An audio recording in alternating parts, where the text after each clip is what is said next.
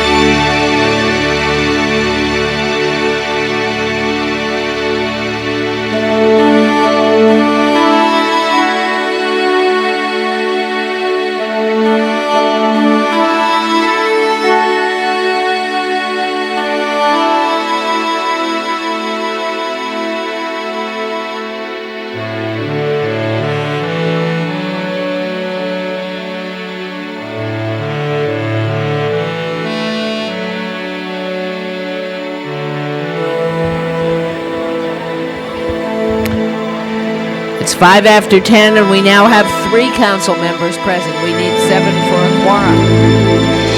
Still have lots of people waiting for their presentations and their public hearing items.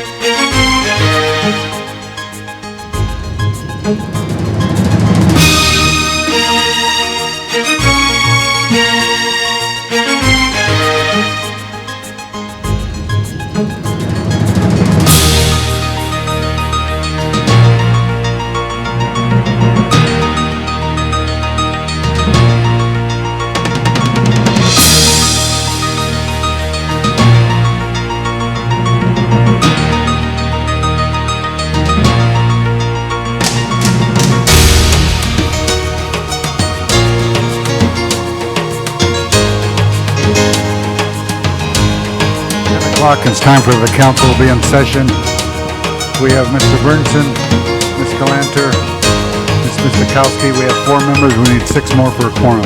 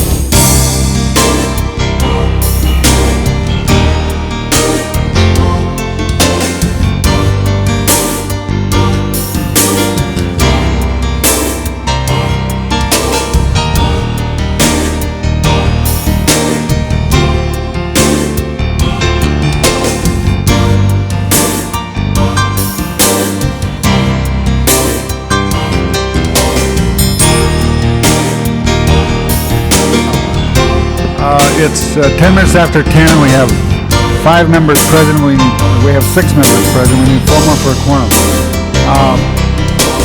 Mr. Alatorre, Mr. Fuhrer, Ms. Goldberg,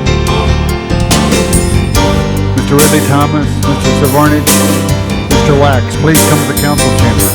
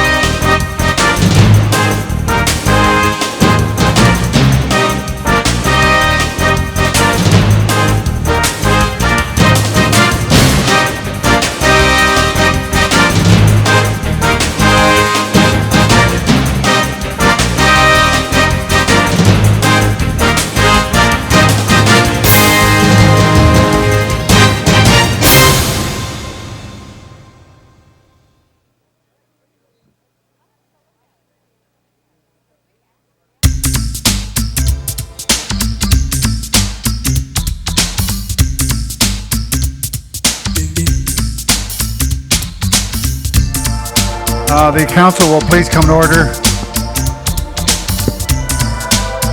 We do have some presentations, and we're going to start with the presentations. I want to call on Ms. Misakowski, but let me point out that this is a meeting of the City Council for the City of Los Angeles on the 16th day of April, 1999. There are 15 council districts in the city. The regular meeting days are Tuesday, Wednesdays, and Fridays. We are currently being viewed by cable subscribers throughout the Los Angeles area on Channel 35, and we're also being monitored by council phone. And I might point out that the cable will be rebroadcast at 7:30 this evening, and I think again at midnight. So those of you who can't sleep, it's a good program to put you to sleep. So with that, I'll call on Ms. Misakowski to make a presentation. Thank you, Mr. President. I would like to ask Lillian Kawasaki to join me and all of those who are here today in honor of and commitment of the declaration of Earth Week, 1999.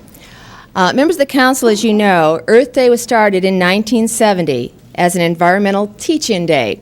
It was initiated by Senator Gaylord Nelson in Washington, and on that first day, an estimated 20 million people participated in demonstrations all across the country, devoted to raising the consciousness and the education about people and our environment, and how important it was to create sustaining, healthy, and viable communities.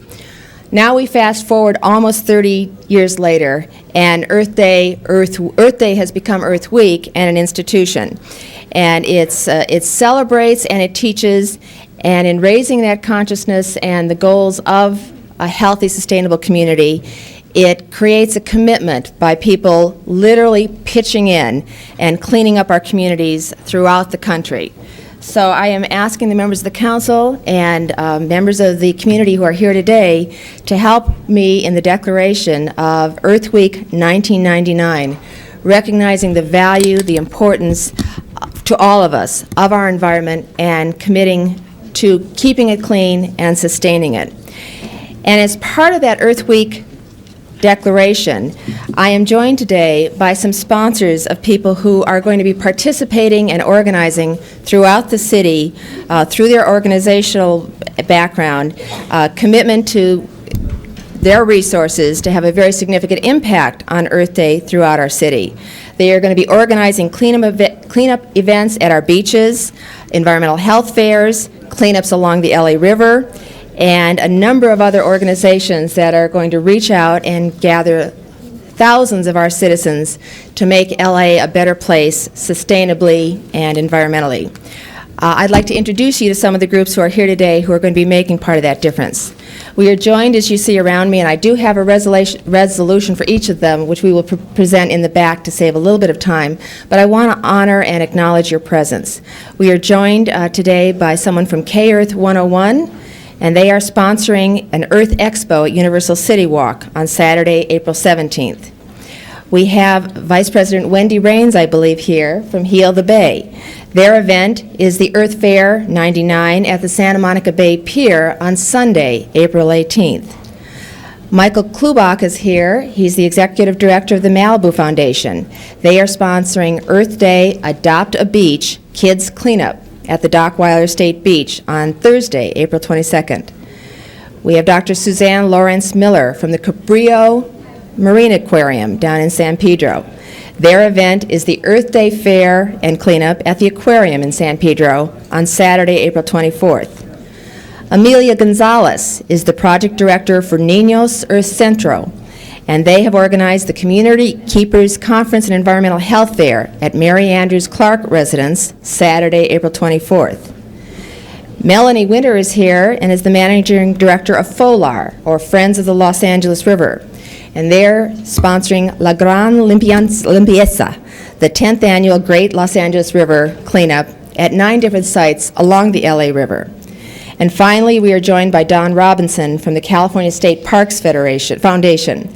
They are holding numerous Earth Day 99 restoration and cleanup events presented by Enron throughout LA on Saturday, April 24th.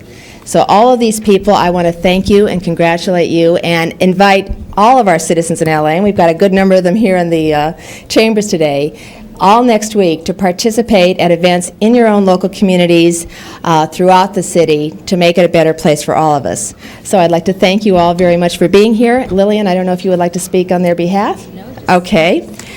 I would also, is Andy Lipkus here? Okay. In honor, and I don't think we can have an Earth Day, Earth Week celebration without giving special recognition to someone we're all very familiar with in the city, and that's Andy Lipkus. The reason Andy is getting special recognition today is that this is recognition of 25 years. It's the 25th anniversary of what Andy started 25 years ago at the Tree People. And I know that there isn't a council person, a council district, or a community in this city that hasn't been affected by what Andy started.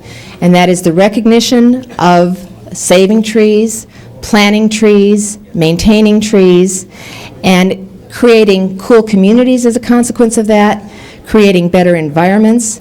Many of us are aware of the program that's kicked off recently called Cool Schools, where Tree People is involved in planting of trees on our school grounds, in some cases going so far as to take asphalt up and put sod and green grass for kids to play on in playing fields in our schools, all of which not only benefits the children at the schools, the environment around the school, but our overall environment. So it has grown from literally saving trees to literally saving our city and hopefully saving our planet. So Andy, with special recognition to you and all the others who are here, I know the council would like to congratulate you and commend you on Tree People for 25 years. Thank you. Thank you. Do I get to say something?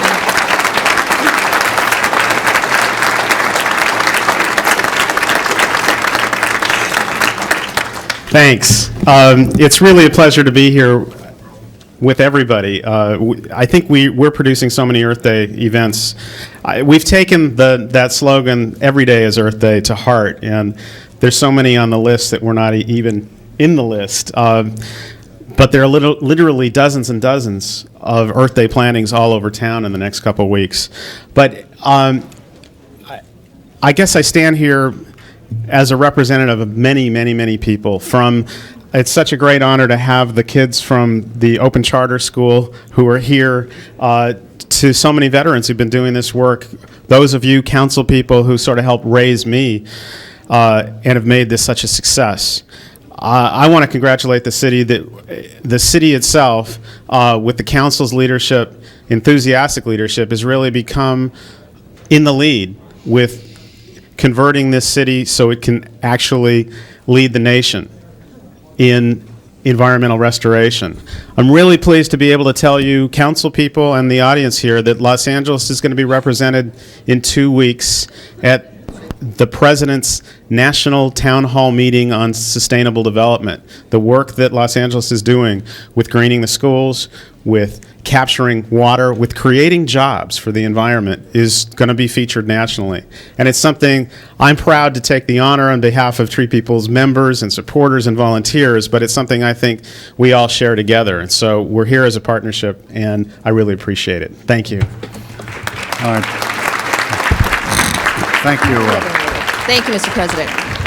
Thank you, Ms. Misakowski. Call the roll.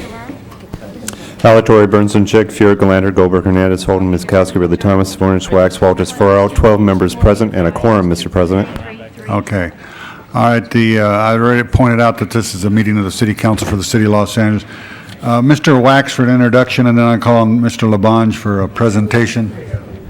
Yes, Mr. President, members of council, if I could take just one moment, there are a great number of young people who are here today, standing on the sides and in the back of the council chamber, and they're a very special group. There are about 50 students in the 3rd and 4th grade from the Open Magnet Charter School.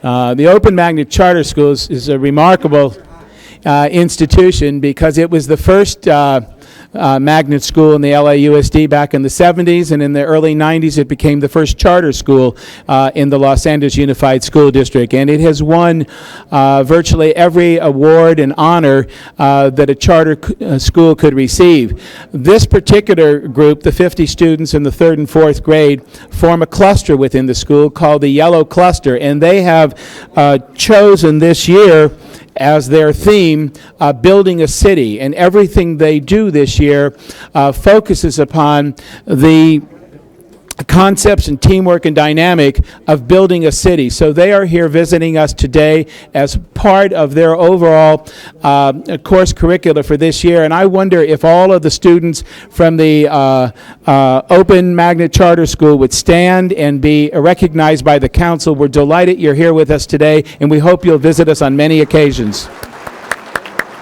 Thank you, Mr. President. Thank you. Mr. Labange. Good morning, and thank you, Mr. President, members of council. Following me up right here is our great employees of the City of Los Angeles, and as you know, on April 24th, it's Walk America Day in the City of Los Angeles. And in this great country of ours, the #1 team in the United States is the City of Los Angeles team. Let's give them a big hand, huh? Yeah. And we thank all of you, all your council staffs, for the support and the special support of the 4th District and Griffith Park and this great event that we have at the walk site. But at this time, I'd like to introduce this year's a great leader, our Bureau Chief from the Bureau of Sanitation, who heads up all our efforts this year in Walk America for the March of Dimes, Judy Wilson. Hey, Rudy.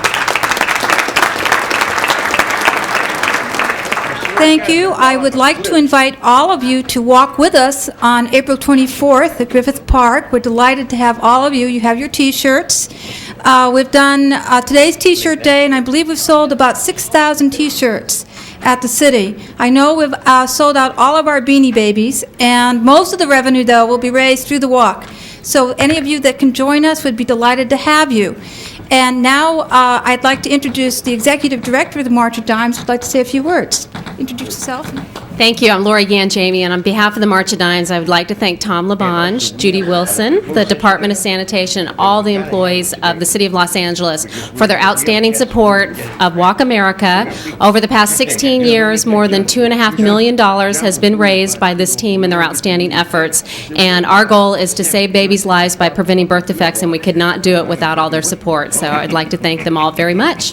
Thank you. In addition, we also want to recognize Sidney Cootie, who does a great job with March of Dimes, and also Zaki Mustafa from the Department of Transportation, and all the departments, from Building and Safety to the Fire Department, Sanitation, Transportation last year have done a great job. Mr. President, members of the council, on behalf of the mayor, we thank everyone for their involvement. We hope to see you on the 24th as we walk America for the children of March of Dimes. Thank you. Just be careful when you go in my district in Griffith Park, but you're all welcome. All right, good. Thank you. Thank you.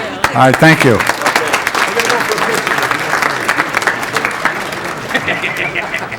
All right, Mr. Alatorre, you have a presentation? Yes, sir.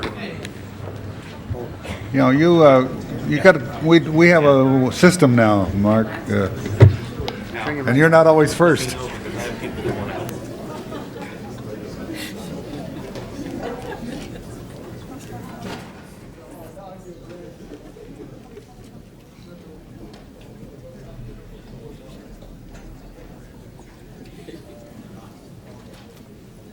See, I'm still young.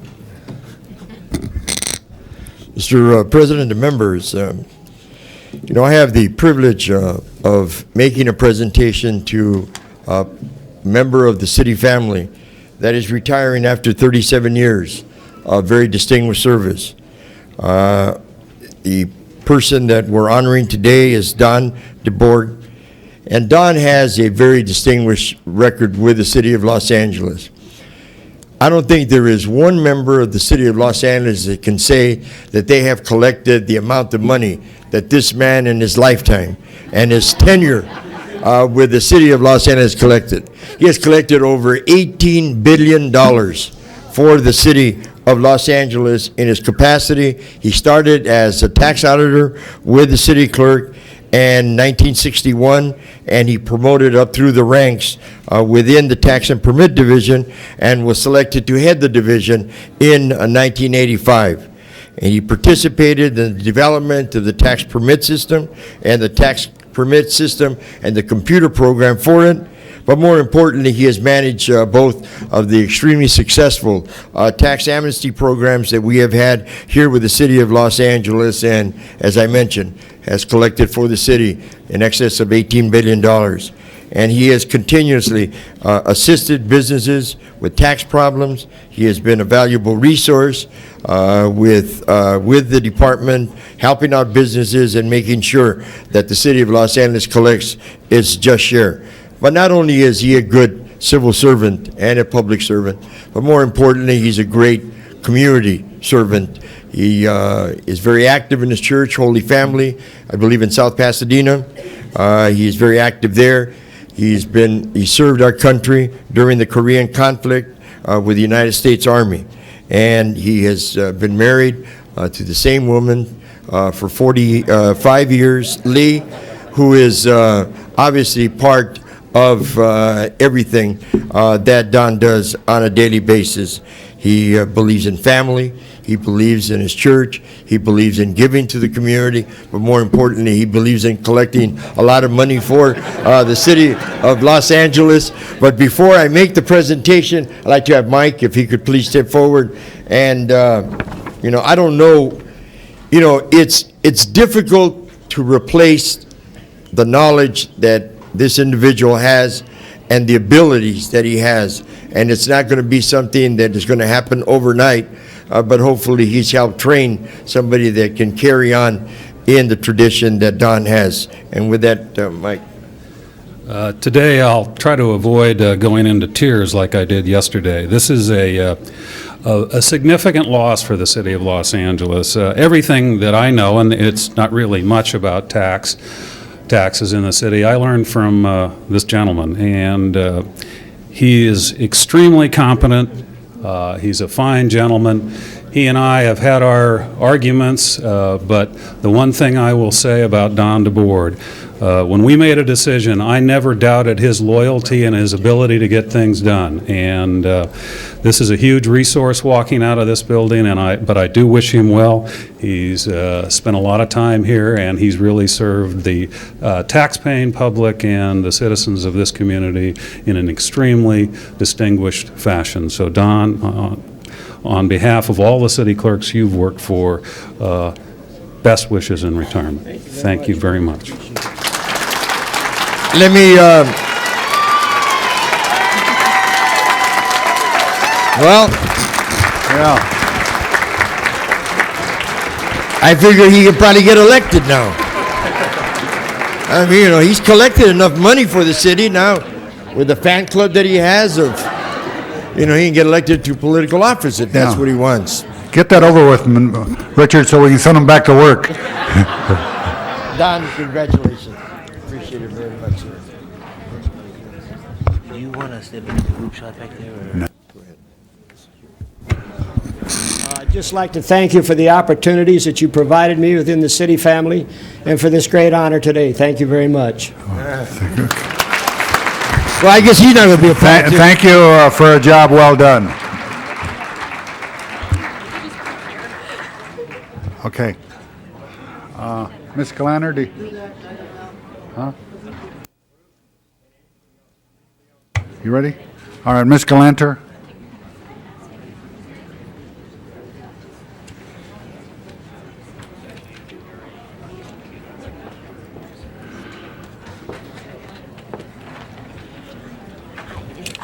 I know that people are anxious to get to this agenda, and I don't know.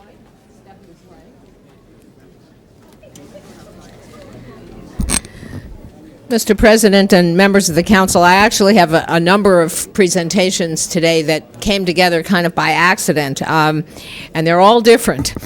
I want to start with recognizing two longtime Westchester residents who are also longtime airport watchers, and they're not, everybody thinks airport watchers, if they live in Westchester, are against everything. These two are people who have served loyally and constructively on the LAX Area Advisory Committee, which is a residents advisory committee to the Board of Airport Commissioners. Roy Hefner has actually served on that committee since it was formed in 1975. By the time we get to the millennium, he will have been there 25 years, considerably longer than term limits. They don't have term limits on the Airport Advisory Committee. And Dana Cope, who actually is a former staff member of mine, but even before that, she's a longtime activist in the Westchester community, has been on the Area Advisory Committee almost as long. She joined in 1982 and has been working at this for 16 years. All of the members, those of you who are thinking about advisory committees, all the members of this one have complained ever since I've known them that the Airport Commission doesn't pay any attention to them. But despite that, they persevere.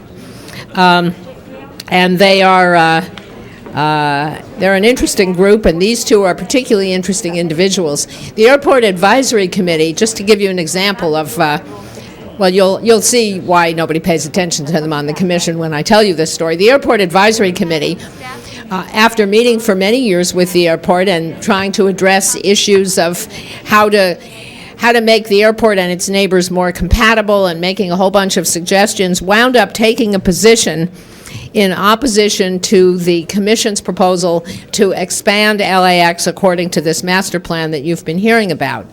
And that seems to have been the end of their ear. But they had reasons for it, and they did it after years of trying very hard to work with a whole series of commissions. You will take note that over 25 years, there have been quite a few commissioners, quite a few generations, and some of them have had good relations with the advisory committee and some not so good. But this is a chance for us to thank Dana Cope and Roy Hefner for long service and hardworking service to the City of Los Angeles, and I'm very proud to welcome them to council and to recognize them for their contribution and to urge them to hang in there, because you really don't have any choice. You have to hang in there. Well, because we value your service, but also you don't have any choice. So, Roy, this is for you. in appreciation of your long and dedicated service. And Dana, this one is for you in appreciation of your long and dedicated service to the Los Angeles Airport Advisory Committee. Thank you. Thank you. Want to say anything? If you want to say anything, it has to be really quick. Here.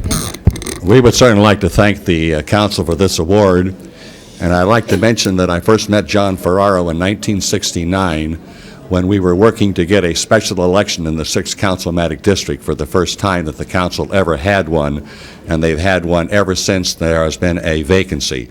So thank you, John. You're the only one left of that 15-member commission at that time. And you're the only one left of the original Airport Advisory Committee, isn't that true? Aha, well, see, we have something in common. Just also wanted to thank the council for this honor.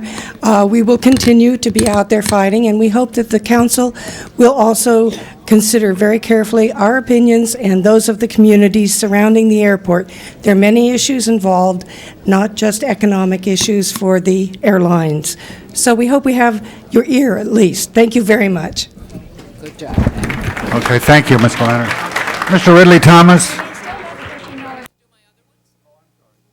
I'm sorry, I didn't. I'd like to ask David Abel, who's here somewhere, there you are, to join me.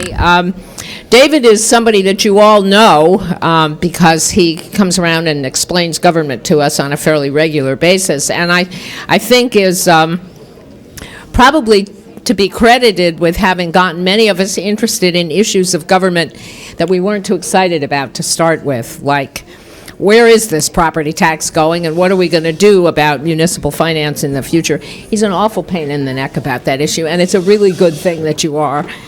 The reason we have David here this morning is that he has been awarded a Lifetime Achievement Award from the California Association of Nonprofits.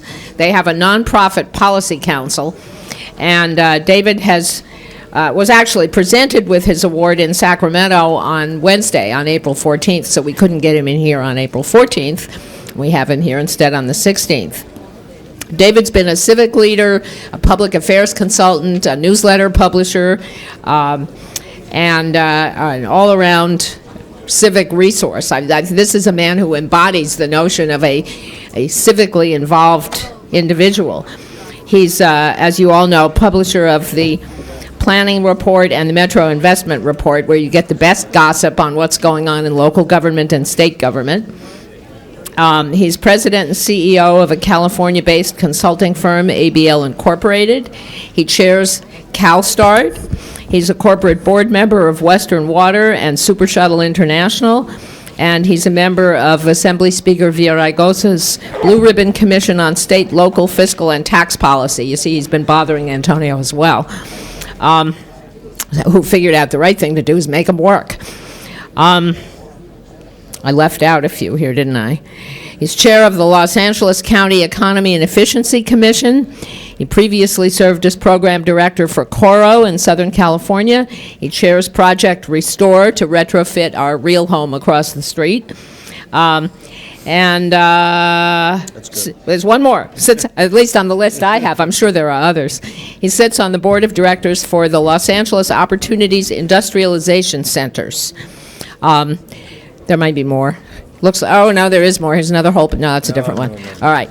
David, I'm thrilled to join with the California Association of Nonprofits in recognizing your civic achievements and your participation. And I know I don't even have to urge you to keep it up because we couldn't stop you if we tried. But I do want to congratulate you. We have a resolution signed by all of the members of the council, and we congratulate you and wish you well. Thank you. Thanks. I want to thank Councilwoman Glanter and the council for this. I joked at the ceremony in the Capitol that it was a mistake. It was really a half a lifetime achievement award since I was only 52.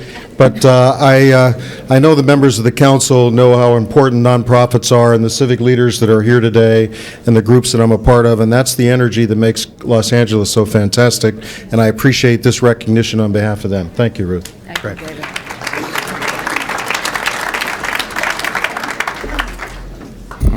Next, I want to recognize a truly wonderful team of City of Los Angeles employees, UCLA, Santa Monica, and State of California. And this is the West Side Rapist Task Force, who have, where are you all? Come on up here. We have a lot of them here today because a lot of people worked on this case. As you recall, not too long ago, the council adopted a motion offering a $25,000 reward, and when one of the reporters asked the other day if somebody's going to collect this report, whoever was talking at the time said, only if you'll give it to the police department. We have every reason to be very, very proud of these ladies and gentlemen because they proved that really good police work is not only something that we can do, but something that our police department and our neighboring police departments take as a personal mission. And I am very happy to remind you, as I'm sure you all heard and read, that they have succeeded in identifying the person they are virtually certain is the person we want. They've got him off the street. This is an example not only of terrific police work, combining detectives and evidence analysts and the public. The public provided a lot of the information for the detectives to sort through, but it's also a terrific example of what can happen when we have a number of different police and law enforcement agencies working together. And we are all, speaking as a resident of the area where some of these crimes were committed, I can tell you that we are all very, very grateful to all of you. We have representatives of our police department, the LAPD, Santa Monica Police Department, the UCLA Police Department, and the State of California Department of Justice Sexual Predator Apprehension Team, SPAT. I love that. If only we could have made it SPIT, it would have been better. So we have certificates for just about everybody. I'm going to introduce to you, I'm going to read off the names, and now let's just do it. These are in no particular order, but these are the people that we want to thank for their very hard work. And when I'm done with all of this, I want to introduce a couple of other people who are here, and then I'm going to ask Lieutenant Julie Nelson, who has been I guess you're the lead person on this, you're certainly the one we stuck up in front of the reporters, to say a few words about how they pulled off this really wonderful job.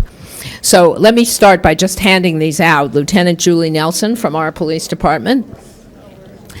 Criminalist Harry Klan, who is the person who had to analyze a lot of the evidence and figure out what was needed, and I'm told is the real hero of all this.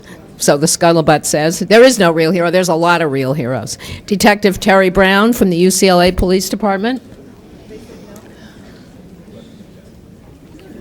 Don't go away. We're going to do all of this together. Detective Rob Bubb from the Los Angeles Police Department. Not here. Hold on. Marilyn Moore from the Los Angeles Police Department. Not here. Emily Harrison Newell from the Los Angeles Police Department. We didn't bring the civilians, huh? We did. All right. Okay. Police Officer Teddy Gonzalez from the Los Angeles Police Department. Somebody's got to be here. I see a whole bunch of people back here. Police Officer Curtis Lawson, LAPD. Speak fast, or these are going under the... Detective Greg Stone from the LA Police Department. Hallelujah. Detective. Thank you. Police Officer John Buckley from the Los Angeles Police Department. No. Police Officer Wesley Albin. Marilyn Washington. Marilyn Washington from the Los Angeles Police Department. Thank you. Detective Michael Batista from the Los Angeles Police Department. Thanks. Hang on, we're going to give you all, you're going to get applause like you wouldn't believe. Detective, listen, we're all very, very pleased about this. Detective John Alvaney from the LAPD. Thank you. Thank you. Detective Gina Rubalcava from the LAPD. Thank you. Detective Maureen Correa from the LAPD. Detective Kurt Wachter from the LAPD. Takes a lot of people to track down over 400 clues. Detective Dennis, I can't pronounce it right, Withrich. Never knew what your name was. Detective Tony Duenas from the UCLA Police Department. You'll remember that what we're talking about here is the West Side rapist who hit areas around UCLA, Palms, Venice, Santa Monica. He got around. Detective Anne Marie Gray from the Santa Monica Police Department. Detective Rich Nickel from the Santa Monica Police Department. Well, Santa Monica's well represented here. Special Agent Angie Resendez from the Department of Justice, SPAT. Thank you very much. We're also joined by, I think, they're somewhere lurking in the audience, Captain James Tatro from our Robbery Homicide Division, Deputy Chief Martin Pomeroy, and Commander Peggy York.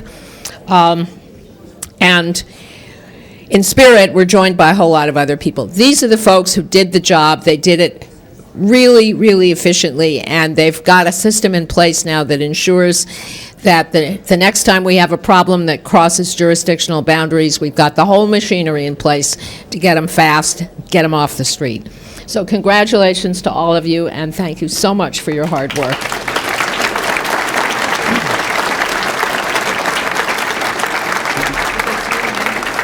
Lieutenant Nelson. Thank you, Councilwoman Galanter and members of the City Council. On behalf of the West Side Task Force, we accept this congratulatory certificate with pride and with satisfaction, and obviously with the relief that the job that we set out to accomplish has been accomplished, and the person that's responsible for these crimes and the fear that it's created in our community is behind bars and hopefully will stay there for a very, very long time. I can tell you that I've never been, with my 23 years on this department, as proud of a group of people as I am of the people that are standing behind me. Since February, when we assumed responsibility for the investigation, these people, many of them, have given up their personal lives completely, sacrificed their weekends, their time off, worked hundreds of hours of overtime in order to catch this person, knowing that for every day that went by that we did not stop him, that there would be another woman that could possibly be the victim of what was occurring. So I just feel an overwhelming sense of pride to have had the opportunity to be in charge of such a fine group of people. And on a sad note, I'd also like to say that one of our most renowned experts in sex crime investigations, Detective Mike Butita, is leaving us, and today is actually his last day. And he's been a huge torch in investigations of this type for his tenure on this department, and we are suffering a great loss by letting him go, but the state has stolen him away from us, and we wish him luck, but we'll miss him. We'll make him a consultant. Thank you.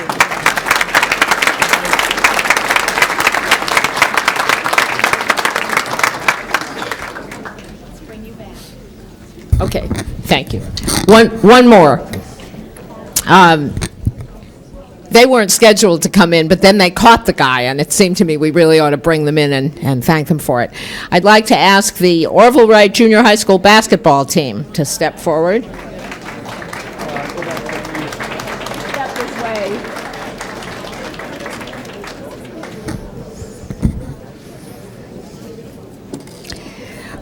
This is another Westchester group.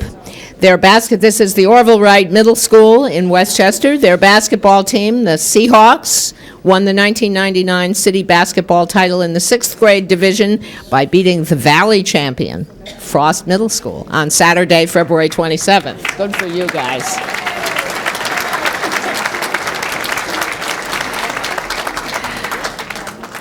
So I'm going to recognize here the coach, Chet Wong.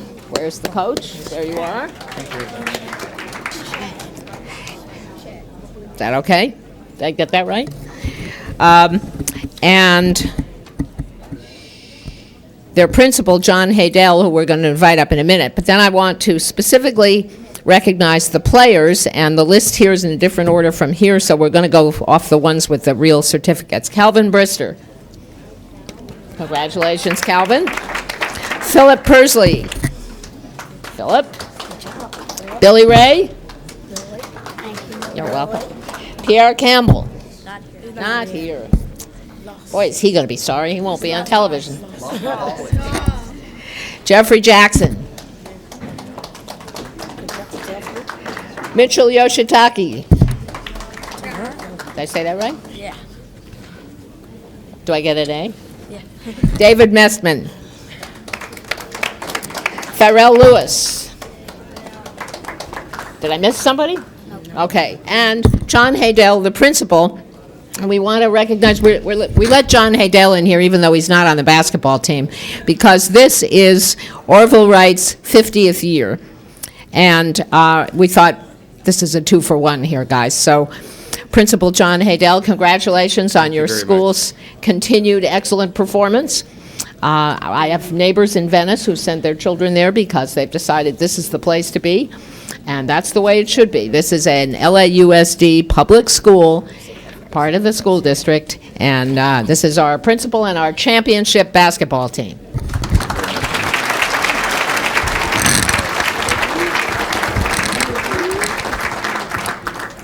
Members of the council, Councilwoman Galanter, I am honored to be here today representing Orville Wright Middle School as their principal. I also want to take this opportunity to thank Councilwoman Galanter for all of the great things that she has been doing for Orville Wright Middle School and our community, the communities we serve. And this has been an ongoing effort on the part of Councilwoman Galanter during my 5 years as principal of Orville Wright. At this time, I would like to call forward our championship coach, Coach Chet Wong, who will introduce the student athletes and some of our special guests. Coach Wong. Thank you, Mr. Haydell, the City Council, and Ruth Galanter. I'd like to mention the parents who made this all possible. All of a sudden, I don't have my paperwork. Oh, here we go. The mother of Mitchell Yoshitaki is Denise Yoshitaki. Would you have a stand up, please? Celestine Lewis, mother of Darrell Lewis. Ed Messman, Mara Messman, mother and father of David Messman. Deborah Pursley, Philip Pursley's mom. We'd like to mention Athelia Mitchell, mother of Jeffrey Jackson. Pat Hewley, mother of Billy Ray. Janice Foxworth, mother of Calvin Brister. And Venice Stills, mother of Pierre Campbell, who was still lost in the hallways of City Hall. Again, thank you very much, and thanks for the parents and our team for their fine effort and work for this accomplishment. Thank you very much. Thank you, Mr. President.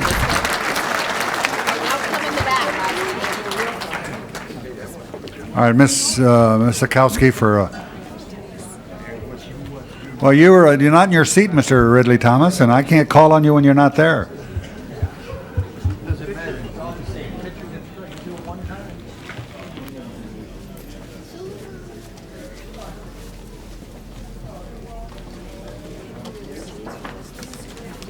Thank you, Mr. Ridley Thomas, Mr. President. In addition to Earth Week next week, since Council is not going to be in session next week, I'd like to take the opportunity, along with my colleagues, to declare next week, Thursday, Take Our Daughters to Work Day. And Take Our Daughters to Work Day was created to give young girls and women the opportunity to experience firsthand the myriad of career opportunities that are available to them. Unlike a typical career day where people come to a school and talk about careers, Take Our Daughters to Work Day gives our young girls and women the opportunity to really firsthand experience a job, to come to a workplace, spend the day there, see what's going on, see what a difference that they can make, and really experience that firsthand. And so with that in mind, I'd like to take this opportunity on behalf of all of my colleagues, but in particular Council members Goldberg, Galanter, Chick, and Walters, to join me in presenting this resolution to to Veronica Hendricks, who is here with our Commission on the Status of Women in officially declaring April 22nd Take Our Daughters to Work Day, and to thank the Commission on our Status on Women for organizing the event, for really making it the huge success that we've seen in years past, and I'm sure it will be again this year, when we all are down here at City Hall and in all of our workplaces, seeing a lot of wonderful, exciting young women here who will be taking all of our places in the future. So, Veronica, thank you very, very much. Thank you. Thank you. Do you want to say something? Thank you so much. On behalf of the Commission on the Status of Women, our Executive Director, Paula Petrata, the staff and the board, I would like to thank you so much for this recognition. I want you to know that we view this as more than just another certificate to add to our wall, that we view this as a symbol of your support and commitment to the young women of the city. Take Our Daughters to Work Day was founded in 1995 by the Ms. Foundation as a direct remedy to research that concluded that the self-esteem of young women takes a nosedive during the time of adolescence. It was intended as an injection of encouragement and optimism for young women, by putting them in direct contact with women who are making a difference in our communities. It gives them something to aspire to. If they can see it, they can be it. And this is especially in light of the over 700,000 young girls under the age of 18 that were arrested last year in this country for various crimes. When the Commission was in production of our documentary, The Girl Next Door, Enraged and Deadly, my colleagues and I had the opportunity to attend many detention centers. We interviewed over 50 girls. I will never forget their stories, and I will never forget the comments they made after we visited. They said, "We didn't know about women like you. You mean we could have been like you?" It was just amazing.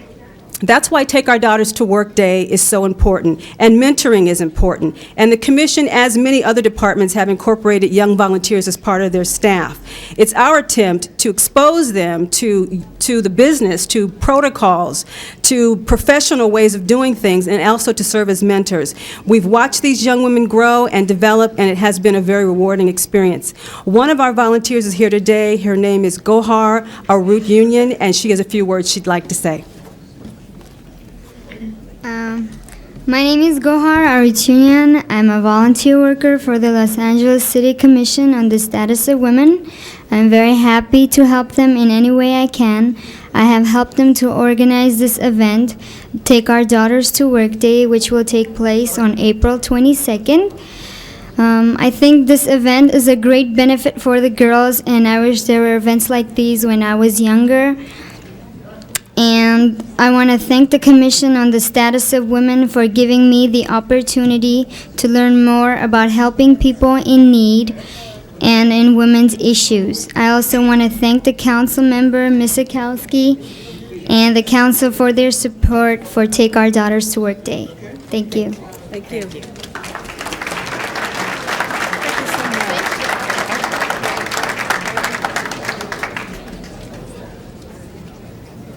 Mr. Ridley Thomas, wherever you are.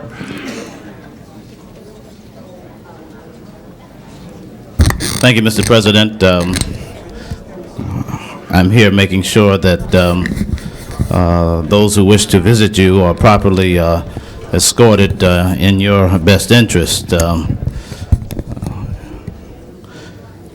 Mr. President, members of the council,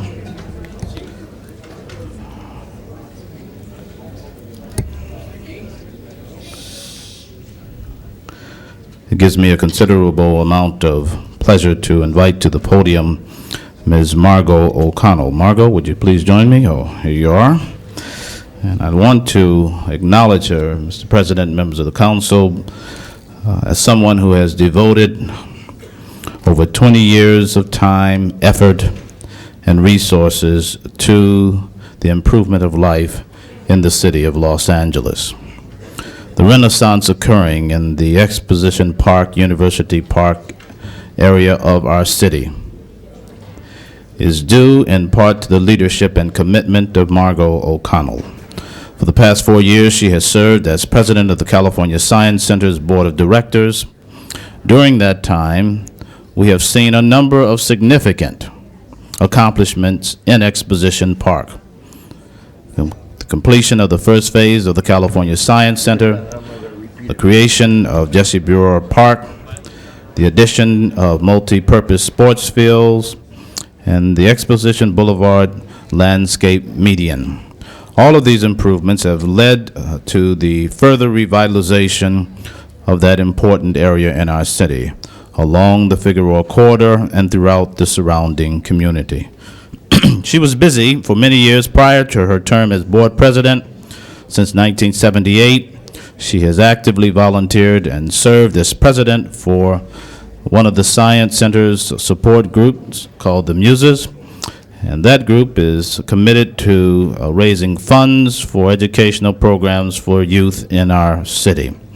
In addition, Ms. O'Connell has been an active member of the Education Consortium of Los Angeles, an organization also dedicated to improving the education experience of young people in the areas immediately surrounding Exposition and University Park. So, Mr. President, members of the council, ladies and gentlemen, please join me in celebrating and commending Margot's significant accomplishments and her service to the city of Los Angeles and to the families that enjoy Exposition Park and all of that which it has to offer. Ms. Margot O'Connell.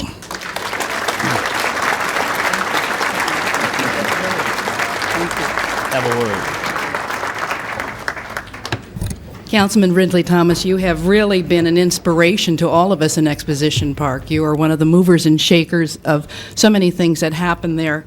And I'm pleased and I'm honored and I'm humbled by this certificate. I really am. Thank you so much. We have really had great accomplishments.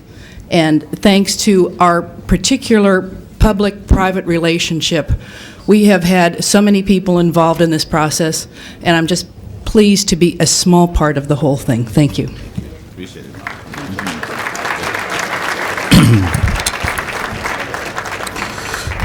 Now, Mr. President, members of the council, another very special presentation I would like. Now, Mr. President, Mr. Landry and Mr. Curry can do their job. And it's not simply that of persons who violate the protocol. We have a very special guest among us, and I'm pleased to introduce her and her guests. Would you please join me in welcoming Dr. Margaret Rose Welch, Mary Kirchen, members of the IHM, Immaculate Heart Community Coordinating Council, as well as the new director of Blythe Street Project, Marissa Varela de Artan. Ladies, would you please join me?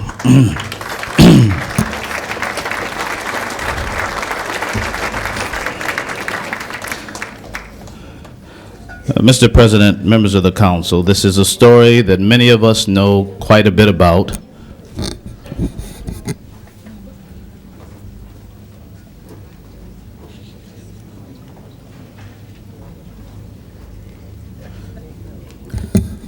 Six years ago, Margaret Rose Welch became aware of a neighborhood in need of help.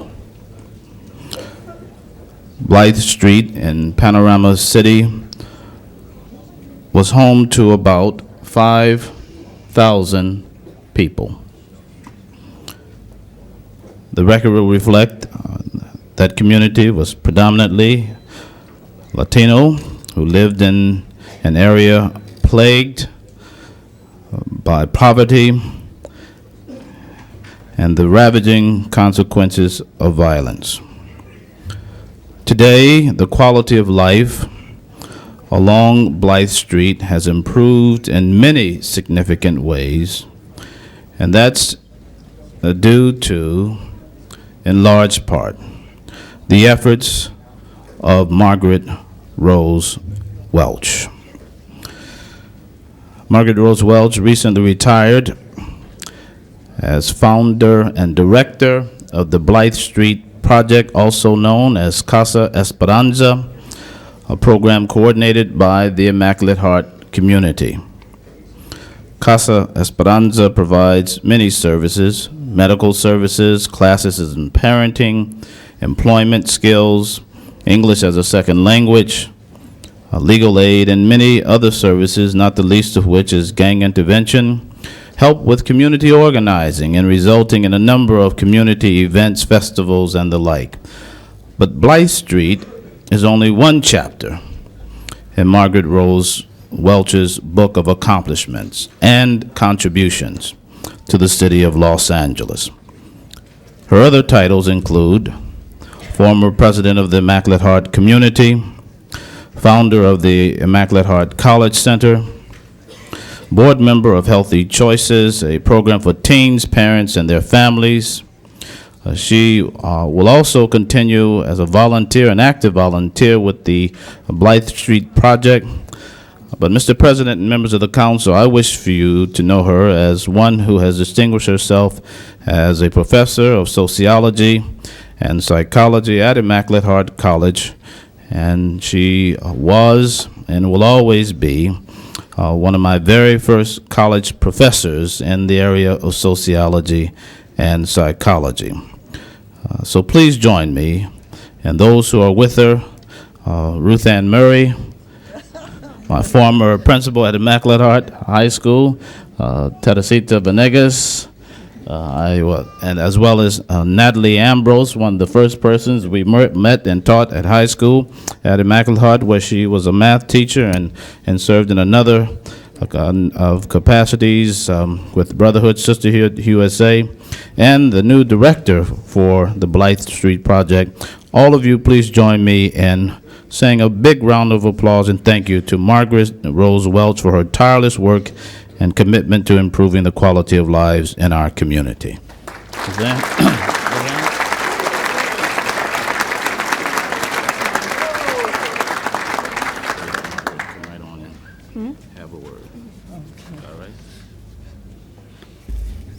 Thank you very much, Mark, and thank you, council members, for this honor, not just to me, but to the Immaculate Heart community, which was first the Sisters of the Immaculate Heart, and then Immaculate Heart community, and has been in Los Angeles for over 100 years.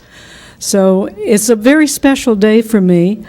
First of all, it's not very often that a teacher over the years sees a student, a former student, who was always noted for his commitment and for his epitome of soul, and realize that he carries it on as a leader in Los Angeles and a member of this council.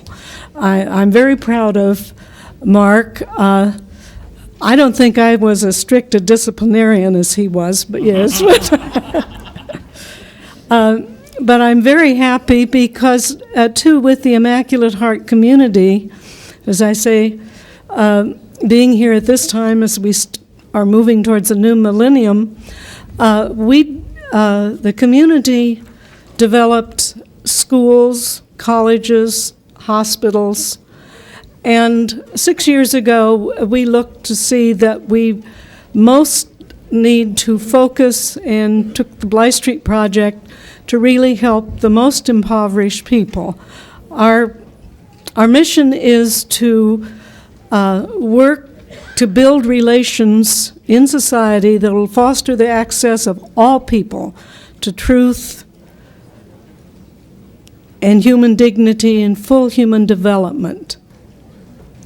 And we're very proud to be here with the council, who we all agree is working very much with the same ideas.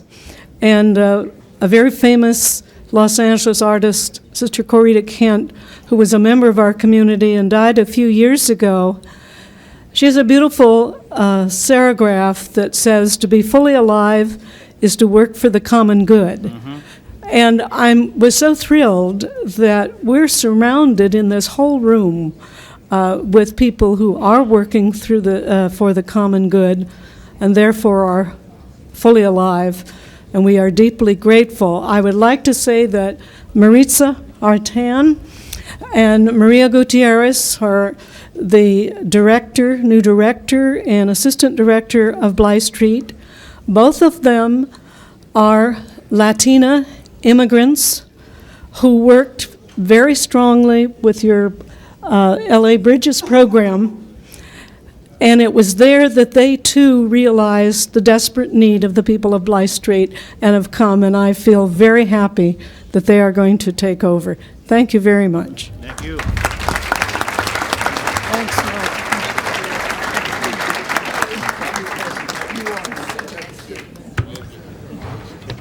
Thank you, Mr. Ridley Thomas.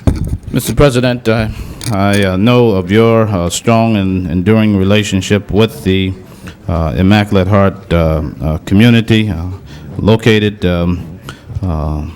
right at the foot of the area that's represented by both you and Ms. Goldberg.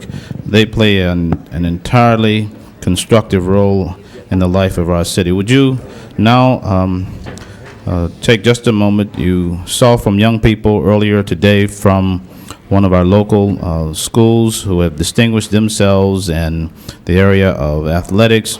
Please now welcome those young people who are distinguishing themselves in the area of academics. The Greater Los Angeles African American Chamber of Commerce has a new initiative. Its chairman, Gene Hill, its executive director, Tim Lester, are here, along with a couple of high school recipients, Aaron Aquaboa from Dorsey High School, his parents, and Ms. Gloria Taylor, the career counselor, as well as Paris French from Crenshaw High School, Ms. Valencia Peoples, her mother, Mr. George Tucker, the director of the Academy for Career Excellence. And it seems to me that it's important to take this opportunity to recognize the Chamber of Commerce for its contribution to the community at large and for assisting students who want to pursue higher education. Mr. President, I know it's the case, members of the council, that this body commends the Chamber for establishing the first education fund that is to come out of the Greater Los Angeles African American Chamber of Commerce to support the goals of students who are college-bound and need assistance to get there. And we wish to say to you, the parents, the students, and to the organization that much success will be yours, because we intend to support you in making this program indeed an exemplary one. And with that, I'm going to now ask for Mr. Hill, if you would come forward. Gene Hill is the chairman of the chamber, and we present this certificate to you on behalf of the Los Angeles City Council, and thank you for your work and support. Thank you. We also wish to acknowledge now Aaron Aquaboa, a student from Dorsey High School who is pursuing his dream, and Aaron wishes to become an economics major and is headed for the University of Notre Dame. Aaron, we appreciate your efforts and congratulations.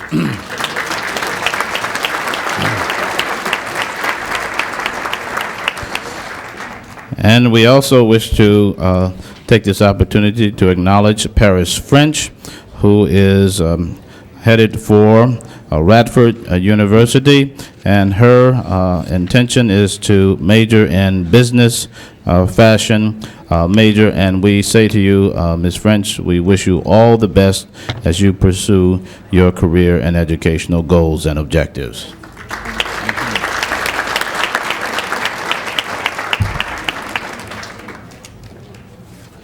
Good morning.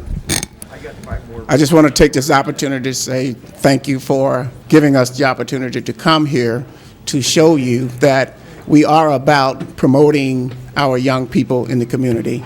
And I would just like to say to the parents of these fine young students, you have done a tremendous job in getting them on the right road, and we intend to help you keep the kids on the right path. And on behalf of the members of the board members of the chamber, Mara, our office manager, Mr. Tim Lester, our executive director, I would just like to say thank you and appreciate the time.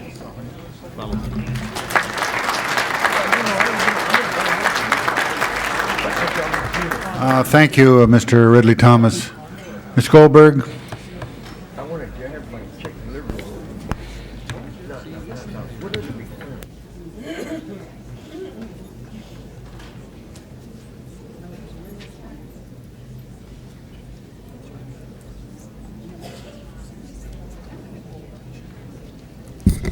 Mr. President and members of the council, we have a very unique group of people here today who are here to tell us about an event happening tomorrow.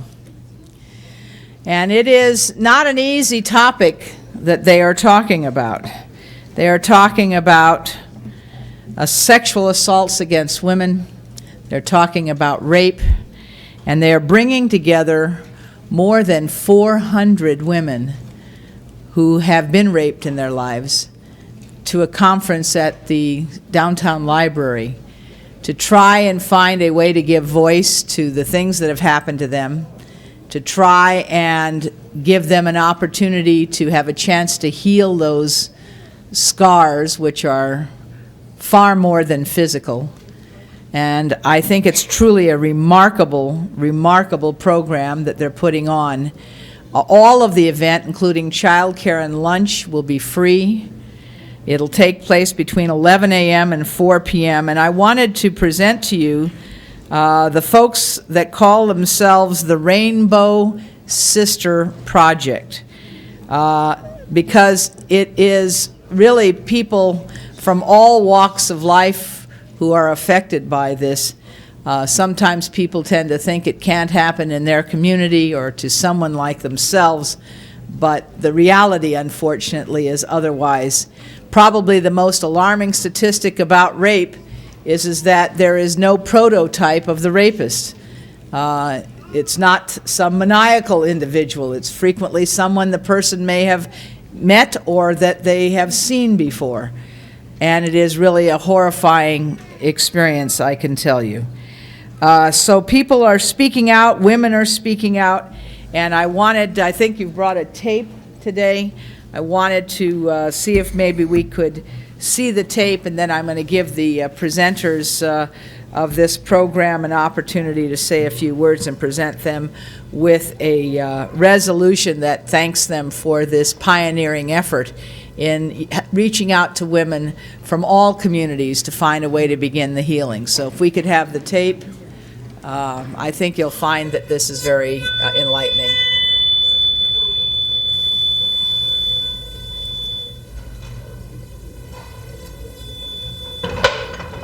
I am a mother. I am a senior citizen. I am a wife. Soy tu hermana. I am East German. I'm hopeful. I am about to be married. I am learning to trust. I am angry. I'm happy to be alive. My world changed the day I was raped. It's hard to talk about. It was not consensual. Once you're violated, it doesn't go away.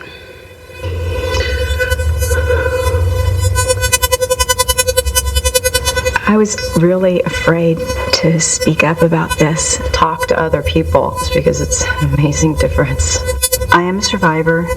I am not a victim. It wasn't my fault, and it's not your fault. Remember that you are not alone. Something needs to be done, and it needs to be done now. For more information, call 310-366-5584. Those were not actresses.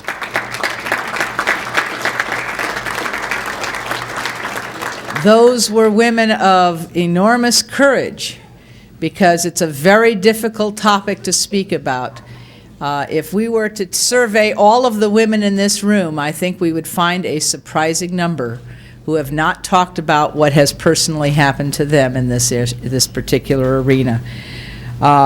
So it is a difficult topic to speak about, but speaking about it gives voice to it, and I am really grateful to present this certificate to the Rainbow Sisters Project, a multicultural group of rape survivors and their friends who are working to educate the public about the physical, psychological, and societal impact of rape. The project is producing You Are Not Alone, a day honoring women who have survived rape and those who have given them voice. And we are designating that April, of course, as Sexual Assault Awareness Month.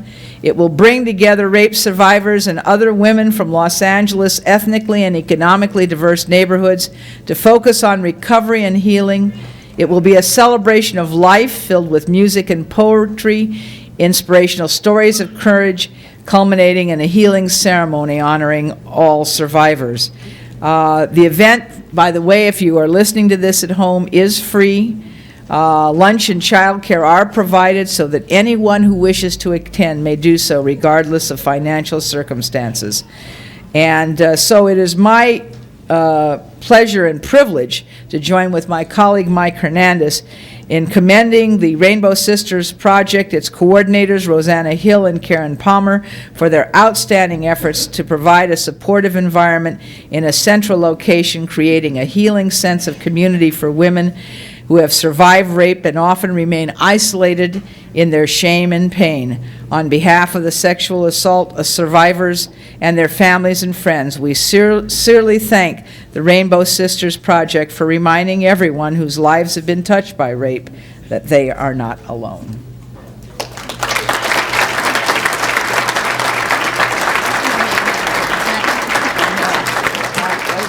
But anyway, the names I just read. Thank you very much. 3 years ago, I came home, just like I did every night. I was kidnapped at gunpoint and held captive for 6 hours while I was repeatedly raped. I am proud to say that I have healed a lot from that day, but it takes a long, long time to heal from something like that. Most rape survivors suffer from some form of post-traumatic stress disorder, not dissimilar to that of combat veterans. And when I approached the 3rd anniversary of my assault, I decided that we needed to do something more. And I talked to my rape support group, and we decided we'd put on this event. Because the opposite of shaming women for rape is to honor them. And we felt like it was very important that women be honored for surviving. Because after all, that's a pretty incredible thing to survive something like this. I mean, a lot of women are also murdered after they are raped. And there's too many of us. In last year alone, I think there were over 1,500 reported rapes in the city of Los Angeles. And that's reported. Most women do not report. Definitely do not report, and the numbers continue to rise. I would like to personally invite all the women of Los Angeles to come to our event tomorrow at the library downtown, the Central Library. We're really looking to attract women from all neighborhoods. We're going to have Spanish translation and deaf interpretation. It's a very inclusive event. It's free to the public, including lunch, and we would like women who have survived rape as well as their friends and family to come and to find out more about rape. On behalf of rape survivors who live in the city of LA and the women and girls in the LA community who live with the fear of being raped, I respectfully challenge the city council members to do more for rape prevention and rape crisis intervention services. Our city needs to do more and allocate resources to coordinate rape prevention and make our city safer for its women and girls. This is a very serious problem, and it needs to be taken seriously. Rape is second only to homicide in seriousness of crime, and it needs to be allocated the resources necessary to fight rape. I'm really happy that this West Side rapist was caught. I mean, he attacked a woman very close to where I live, and of course that brought back a lot of fear. But he's just one person, and obviously he has not committed all 1,500 of these rapes that were reported last year. We need to catch the rest of them. We need to put them behind bars, and we need to really look at this problem in a serious way. And please, I really thank you all for this commendation, and we really appreciate it, but please think about this issue. And it's not a nice issue, but unfortunately it affects a lot of us. Since I've gone public, women come up to me the street and whisper to me that it happened to them. I want us to all stop whispering about it and really take on this issue. Thank you very much.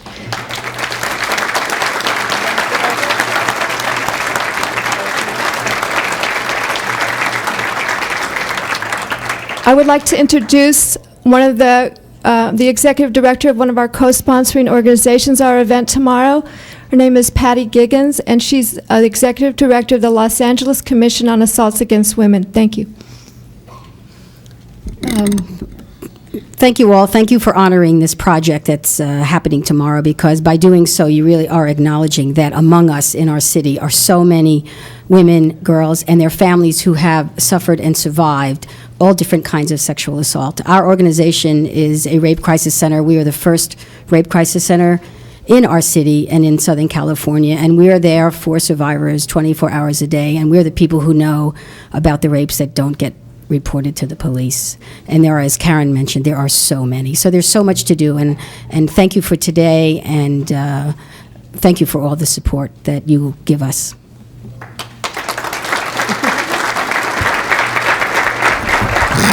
Let me conclude by just saying that several of us have made some contributions, because this is an expensive program that is entirely free.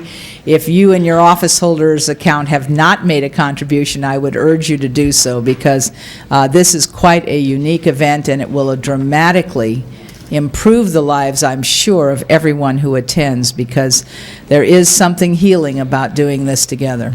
So I want to thank you all very much. Thank you very much for your leadership.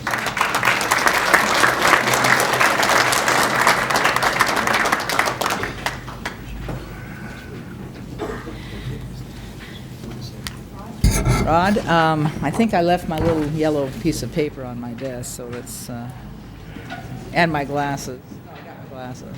Oh, okay. I know. I think this is a familiar face to a lot of you. But this is Rod Field, who is really quite an important asset in this city as far as I'm concerned. He has a long history of passionate advocacy on behalf of tenants who often have no voice. He is a voice for people who have no voice, cuts a familiar figure in the halls of both Sacramento and Los Angeles, not your typical lobbyist, works closely with my office, I'm sure with many of your offices as well, can be trusted totally, and we are so happy that while he is leaving one form of the work he has been doing, he will be continuing to do the same kind of work in his new area. We will continue to rely upon you, Rod, for your good judgment and for your wise counsel. And all members have signed this resolution, which in part says that whereas Rod will be leaving the Eviction Defense Center of the Legal Aid Foundation to start his own housing nonprofit, and whereas the right to safe, decent, and sanitary housing for residents of the City of Los Angeles is a commitment which we cherish and continuously strive to achieve, whereas the housing problems in poor, low-income, working-class, and immigrant communities present ongoing challenges, and in particular require vigilant and creative advocacy, and whereas for the past 16 years as an attorney with the Eviction Defense Center of the Legal Aid Foundation of Los Angeles, Rod Field has championed the rights of poor and low-income tenants throughout the greater Los Angeles area. He's been involved in the habitability questions, in the proactive code enforcement formation, and so many other things that it would probably take us the rest of the afternoon to thank you. But I want to just say personally, Rod, that I am thrilled that you're going to still be our housing advocate in a new format, and that we have truly valued your counsel and your guidance as we've tried to understand these issues in our office. And before I present this to you, Mirta Ocaña, the housing deputy in my office, wanted to add a word or two. Well, actually, we'll have. Yeah, go ahead, Mirta. Go ahead, and then I'll speak after you're done. Just want to say that Rod and I have worked together for the past 20 years. First at the Legal Aid Foundation, where we also organized a union, and later in this capacity. And Rod, you have been a trusted partner and a very good friend, and I congratulate you. Thank you. Rod, if I might say too, we have worked together for almost 15 years. It's hard to believe. Using the law as a sword on behalf of people otherwise without access to justice, particularly on issues that relate to the most basic of necessities, a decent place in which to live. And it has really been a privilege to have the opportunity to have worked with you over the course of that time in so many different settings. And I wanted to take just a moment to join Ms. Goldberg and Mirta in honoring this lifelong commitment that for you, for you, this is not just a job. For you, this is a cause. True. And that's vocabulary I use a lot. The passion that you have brought to this cause has made an enormous difference in the lives of people who will never even meet you so many times. So congratulations.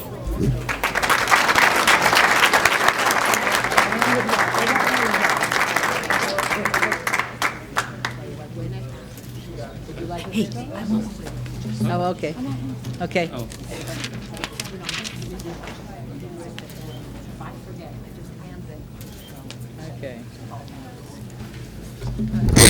Thank you for this award. I really appreciate it. I'm a little taken back by some of the comments, so you'll have to excuse me. Like Jackie said, I'm not going anywhere. I'll still be bothering you. I'll still be coming around. We've started a new project, the Los Angeles Housing Law Project, to help those persons who federally funded legal services programs can no longer help, specifically the undocumented in the city of Los Angeles. And also to be able to do the kind of legislative advocacy we've been doing, which is now prohibited by LSC, or Legal Services Corporation, both here in this building and also in Sacramento. Thank you very much. I really appreciate it.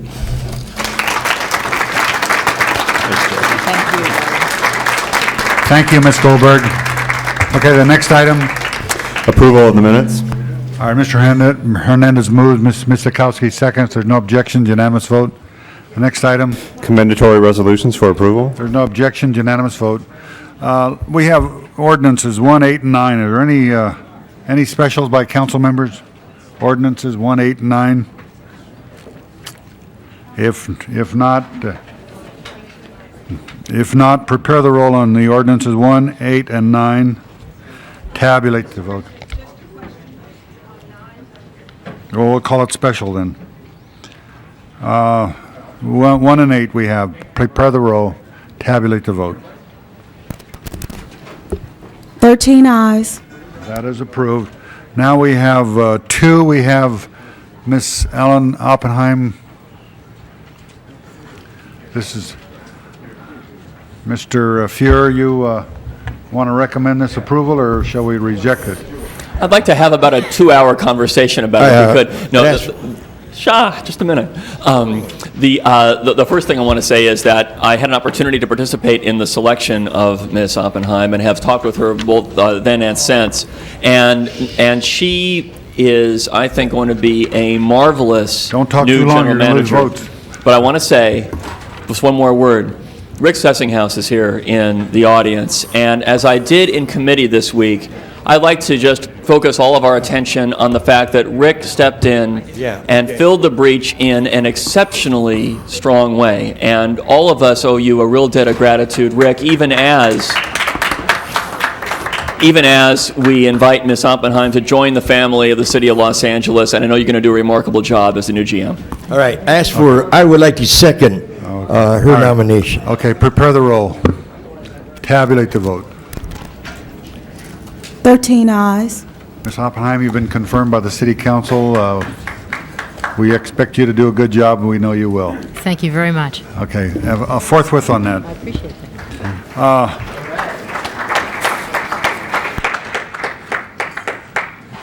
Mrs. Chick, you have what items? I believe we're taking item 22 and 24 together. Yes. And I'm asking for unanimous vote to accept the CLA report, I believe CLACO report on 22, which recommends a receive and file on 24. Colleagues, what we have here before us is really a cause to celebrate, a win-win.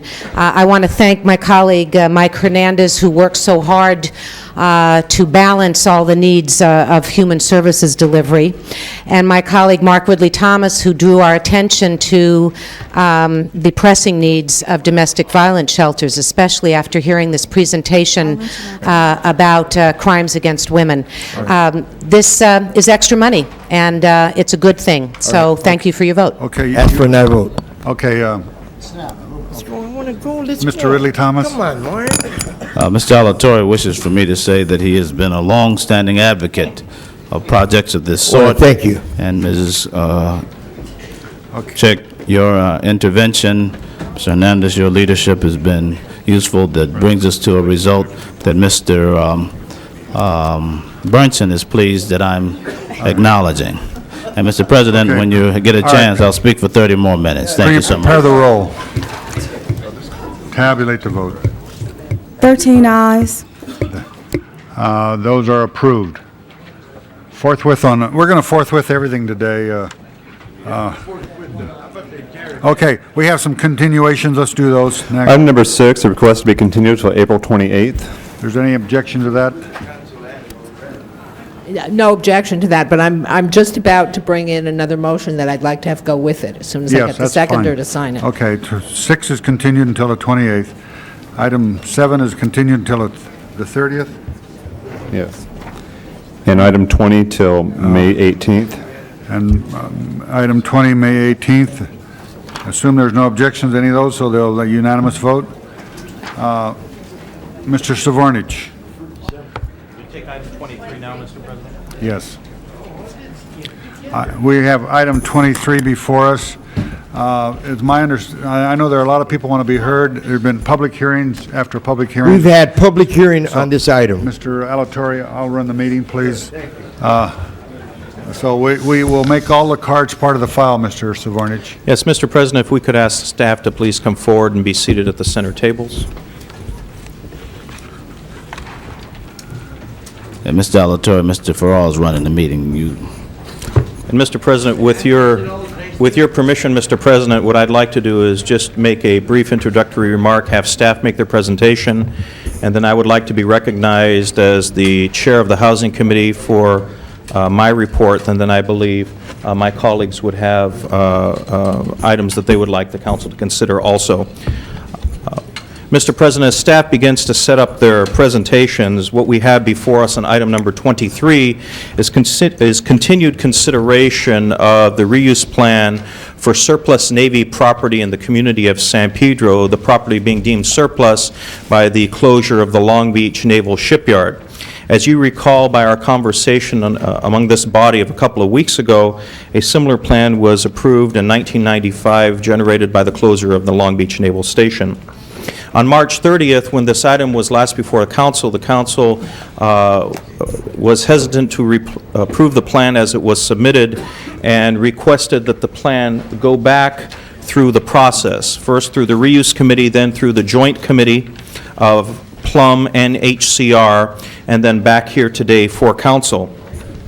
Before I close these opening remarks, I just wanted to say that I would like to thank the members of the reuse committee who met for more than 20 hours over a 4-day period, 2 of the longest sessions being more than 7.5 hours at a stretch, going without dinner, going without break, in order to come back with a plan that they hope would meet your satisfaction. I am very proud of them.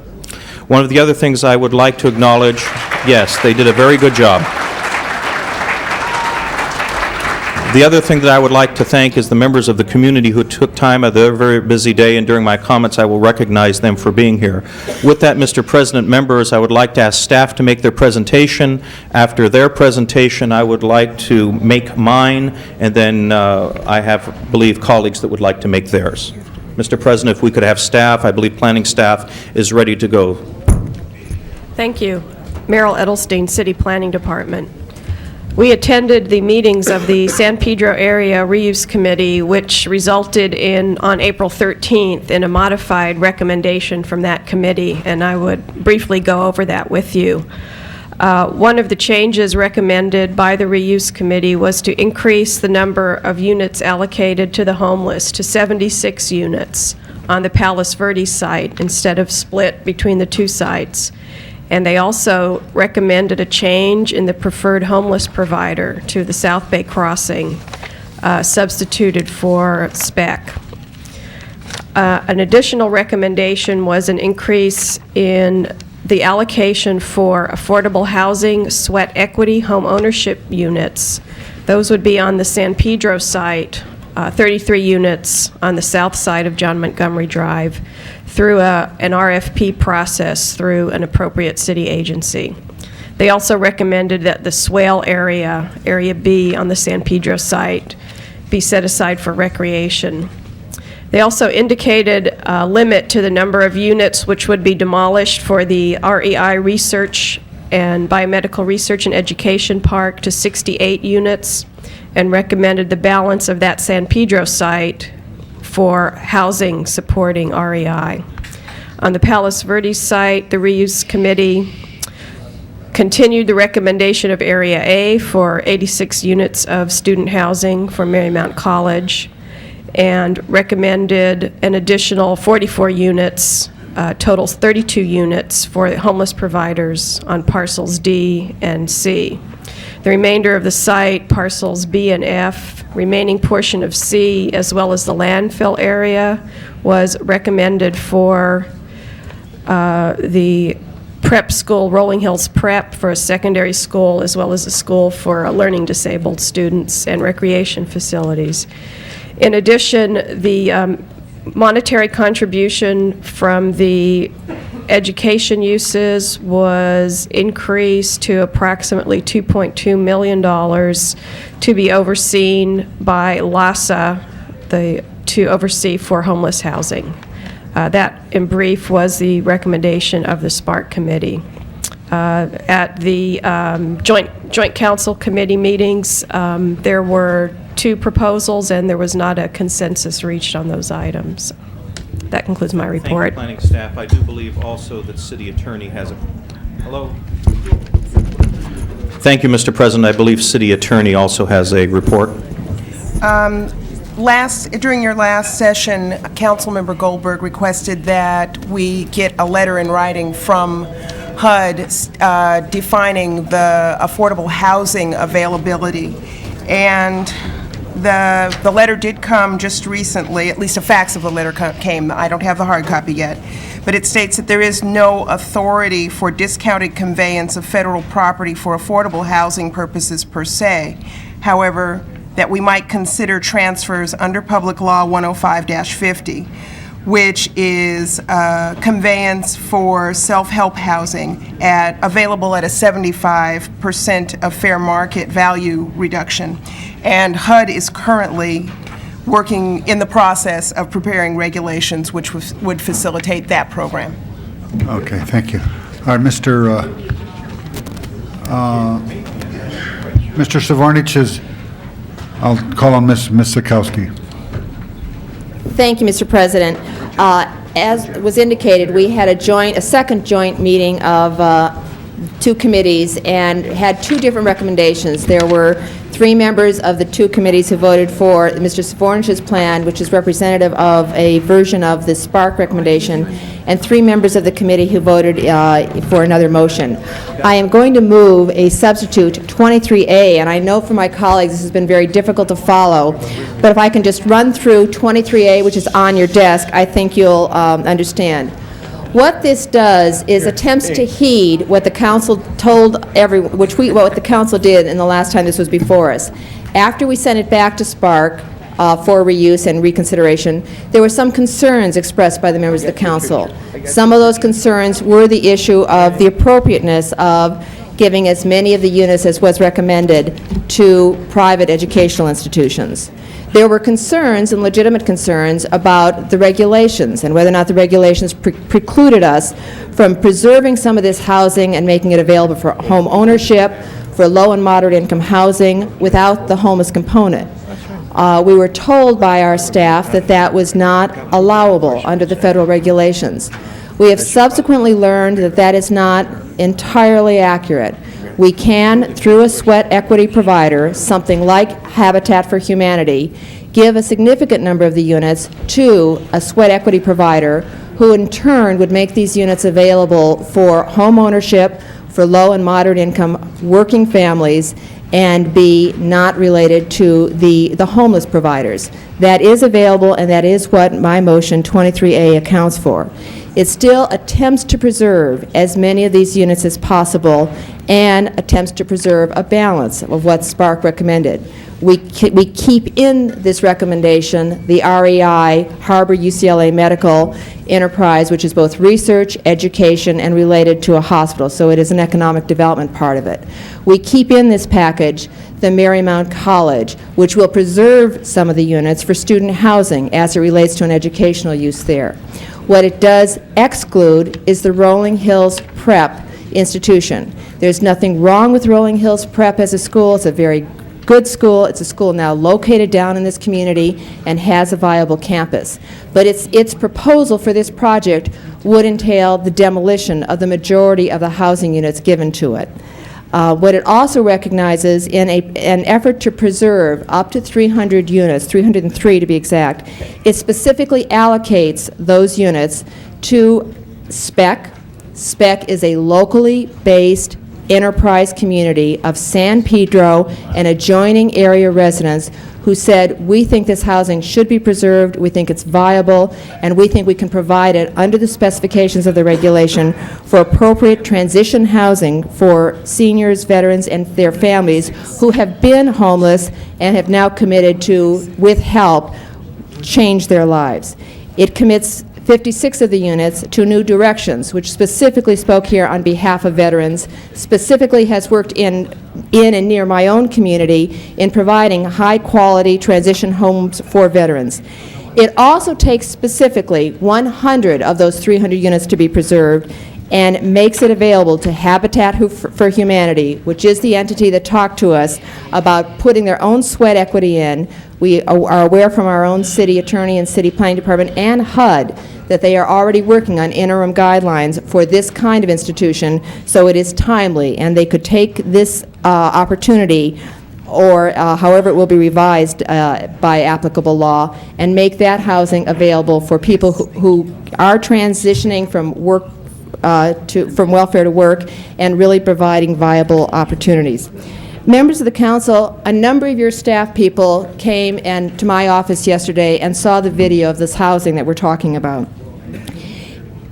If we do not look at preserving as many of these housing units as possible, we are condemning very, very viable housing to the path of the bulldozer. And I think that that's a tragedy. Members of your staffs, as they looked at this video, saw row after row after row of clean, quality, good quality housing. Many of the staff comments were, gee, this is a neighborhood nicer than I live in, or this is housing nicer than I live in. I think if you really see this, you would have an experience. I actually got a letter from someone in the San Pedro community who said, I'm a retired naval officer. Only once during the 30 years of my naval career did my family and I enjoy housing as good as those housing units that are being declared excess and put up for demolition. This is a military man who spent his life looking for housing for his family, serving his country, and this is the housing that we ultimately are discussing today, and in many cases looking at the majority of it for demolition. I don't think we should allow that tragedy to happen, but I do think that blending what the Neighborhood Advisory Council of SPARC recommended, blended with what the Neighborhood Council of SPEC, San Pedro Enterprise Community, also recommended in terms of intervening and saving as much of this housing as possible in a good quality, balanced plan with housing preserved, economic development, and the commitment of the community to provide all of the other services appropriate to that makes sense. And that is what Motion 23A does. All right, Mrs. Walters. Yes. Thank you, Mr. President. One of the things that has been mentioned a couple of times and has not been responded to by Mr. Savornich is that we've done this before in council. Unfortunately, we did do something like this before. It was done on a Rule 16, if memory serves, that Mr. Savornich brought in, and it did not catch any of our attention, except the gentleman who comes here all the time, writes in the Watts New Times, or Howard Watt. One of those gentlemen brought it to our attention at Shapiro after the fact, and it should have been handled in a better way. This, I said in the joint committee that I supported the essence of Ms. Misakowski's motion. I certainly commend her for it. I think that it is far better than anything that we've seen come out of this reuse committee. And I think the reuse committee asked for time, council, to go back and do a better job. They went back and did a worse job. They slapped, the people that were involved here, that they had originally recommended spec for the housing, they took them out altogether and put some other group in that the staff had recommended against. And we need to be aware of that. And at the meeting, I suggested that even though I supported the thrust of Ms. Miskowski's motion, that it was still giving public property to private entities in terms of the housing at Marymount, and the housing at UCLA is a public entity, but they're going to demolish the housing. They're not going to use it, and what they're going to rent out will be rented to people who can afford to live any place they wish.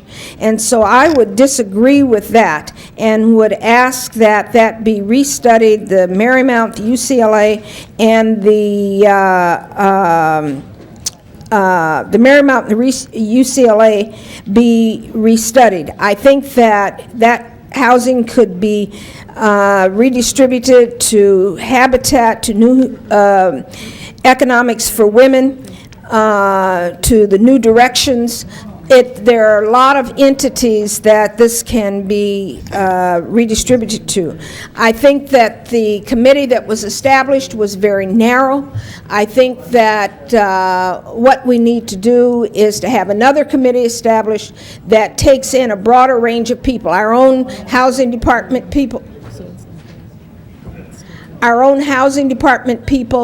LASA, and I'm just very disappointed with the planning department. It seems that they have stepped completely outside their scope when they know that one of the primary objectives of the city and the primary needs of this city is housing, affordable housing. Thank you, Ms. And we're going to take these houses that are very good housing, excellent housing, and demolish it. So I would urge a no vote on Mr. Savornich's plan and some adjustments to Ms. Miskowski's. Thank you. All right, Mr. Burnson. No. Mr. President, members of the council, we've listened to this to some extent now. It's changed back and forth. But the one thing that I think that a lot of people don't take into consideration is the fact that this particular plan that was devised by a committee of the people who live in the area and by the representative of the area. Now, I recognize the needs for housing. There's no question about it. I also recognize the needs of the homeless, and we try to do what we can. But sometimes you have to also recognize the people who are going to have to absorb these things in their community. And I think that's where Mr. Savornich and the basic group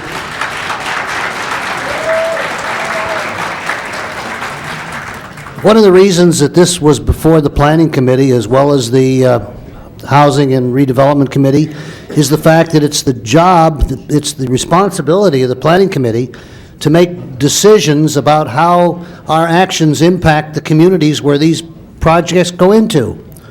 And this definitely will have an impact upon the San Pedro community, which already has an abundance, an overabundance of this type of housing. We would appreciate if you do not applaud, Yeah, this delays please. the debate. Now, we're all, if we're all really serious about this, then we should try to take and spread this problem throughout the city. It isn't fair to put it all in one area and have the community that's there be impacted by it, any more than it isn't fair to put all the garbage for the city in Sunshine Canyon. We'll get to that another day. But anyway, I understand where Ms. Miskowski's coming for. I mean, she has a good heart. She wants to see that people are helped. I think we all do. But we have to use good judgment. We have to use judgment about the impact. Just imagine if this were your district, and you had your homeowners and your other people there, and the impact that it has. Would you really feel the same way? I know you have a thing in your district already, and I admire you for it. You've handled it very well. but you don't have the predominance of population in that area that Rudy has. Cindy? I mean, I think it would be a little different if you had the same percentages that have been shown in the San Pedro area. So I would urge members of the committee, I think Mr. Svornich and the reuse committee have tried very hard to reach a compromise so everybody bears a little bit of the pain, everybody gets a little of the gain. And I'm going to support Mr. Svornich on this because I think while it's true that there are other things, other possibilities, it's not, it is going to be something that the community is going to have to live with afterwards. And I would ask all of you to think of it in terms of your own district. So, Rudy, I'm going to be with you on this. Thank you. Mr. Hernandez? You know, members of the council, Mr. Bernson just made some statements that are very true. We should think about this as if it's our own district. And the reality is, throughout this entire city, the question of housing is an issue. And for us to pretend it's not is not good policy making. I've sat in Plum Committee on several occasions, and basically the debate that goes on in other parts of the city, including Mr. Burns's district, is how many housing units can we build on a piece of land?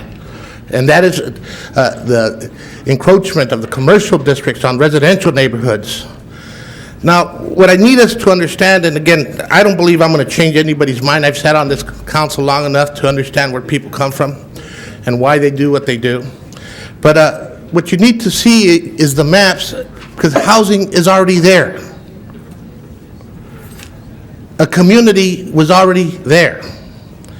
So what happened through the efforts of trying to fight and resist the potential tenants is what this debate has become. And I think that's sad. Because the reality is, if we were looking at this reuse plan from the perspective of how to best use the housing, because now we know we can deal with the issue of affordable housing through sweat equity, and there's no question that Angelenos need housing, we could be getting someplace. But what the proposals that are before us are saying, let's demolish the housing and allow for institutional use. And it's not a question of it public or private institutional use. It's a question of demolishing housing. I just want to bring it to your attention because I honestly believe that whatever deals were cut, the votes might be there one way or another. But what I do know is that as a city, we are divided. And because of that division, we're sending a message to HUD that could say housing's not important in the city of Los Angeles. And I think that the people who've been advocating for housing, for those people who don't have housing, and I'm not just talking about the homeless population, they're going to be protesting this decision. And HUD is going to be looking at everything else. And what's real sad is those of us who should be advocating for housing aren't doing it. Now, my realities are this council is going to set that policy and set that direction, and it's going to happen with a vote. I just know that in the district I represent, there's a tremendous need for housing. And Mr. Bernson, yes, I'd like to have this problem. Thank you. Mr. Alatorre.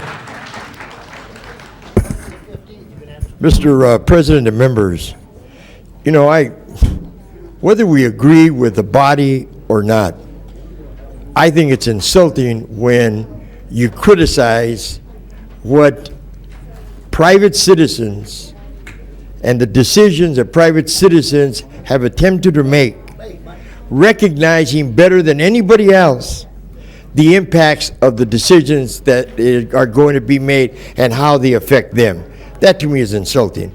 And I praise the committee. I don't agree with everything that they came up with, but I respect the decisions, the hard decisions that they had to make. Now let's just deal with the fact that in this district, you know, if there wasn't the number of public housing units that exist in this district already, then we could criticize. We could criticize this district if it didn't have the number of homeless shelters that it already has and transitional living accommodations that it already has in the heart of what is known as San Pedro. Now, you know, the only indicator for this reuse plan is not just about housing. I agree that it is a significant part of it. But there are also other indicators that you have to look at when you make a decision. And all I can say is that it is unfortunate. It's fine for us to disagree with the decision that maybe somebody came up with. But to me, it's insulting when you insult individuals that attempted to make a fair and went back even after we said that we weren't happy with everything. And they met for hours upon hours in an attempt to try and come up with something that was palatable and that met the concerns that were raised. Now, we can disagree with what they came up with, that's fine. But I don't think that we have a right to insult them by talking about the credibility that they have and the things that they came up with. I don't live in San Pedro. They live in San Pedro. Ms. Walters doesn't live in San Pedro, and she doesn't have to live with the decisions that have to be made. So let us just at least respect. We may not agree, but let us respect the decisions and the work that these people did. And I happen to agree with Mr. Zvornich that this is a fair compromise that has been brought forward, taking into consideration a lot of variables that a lot of us don't even know about. But I know one thing, is that I spent hours listening to this. I know that there were about 6 months ago, we dealt with the issue of homeless shelters and the number of alternative programs that they have and a disproportionate impact Thank you, Mr. that San Pedro already has. So I would agree and I would support Mr. Zvornich's compromise. Ask for a vote. Mr. Wax?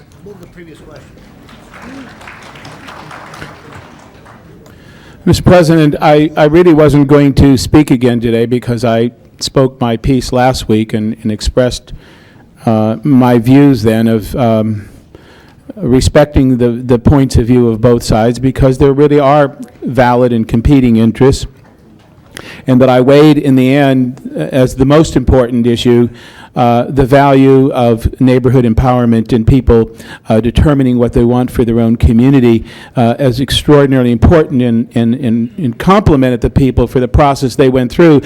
Having made that speech last week, I wasn't going to speak again until something intervened between last week and now, and hearing Mr. Hernandez give his speech about the importance of housing and that the number one issue was the demolition of housing.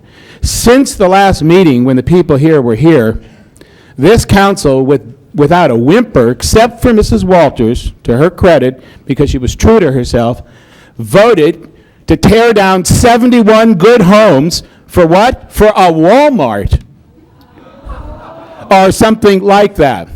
Now, with all due respect, that community may want a Walmart or another box business, but to take down 71 homes that people are living in, and I didn't hear any of this debate among the council except Mrs. Walters.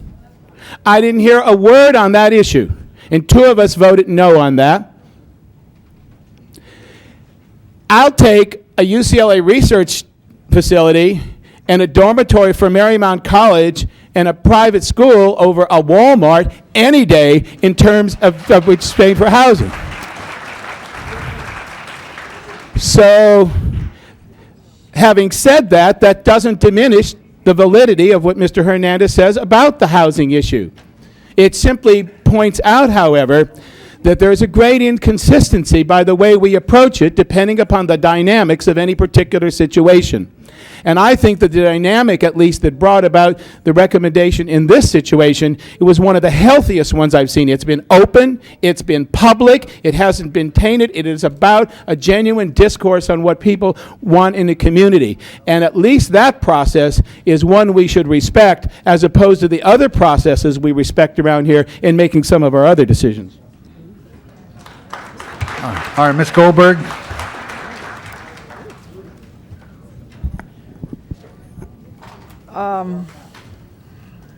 Well, I have a number of issues that I want to raise. First of all, the difference, Mr. Wax, was that wasn't public housing paid for by the taxpayers. That's a significant difference. I did raise the issue that I thought it was a problem. I was assured that they could not be rehabilitated. Here we have groups who are able to rehabilitate these housing.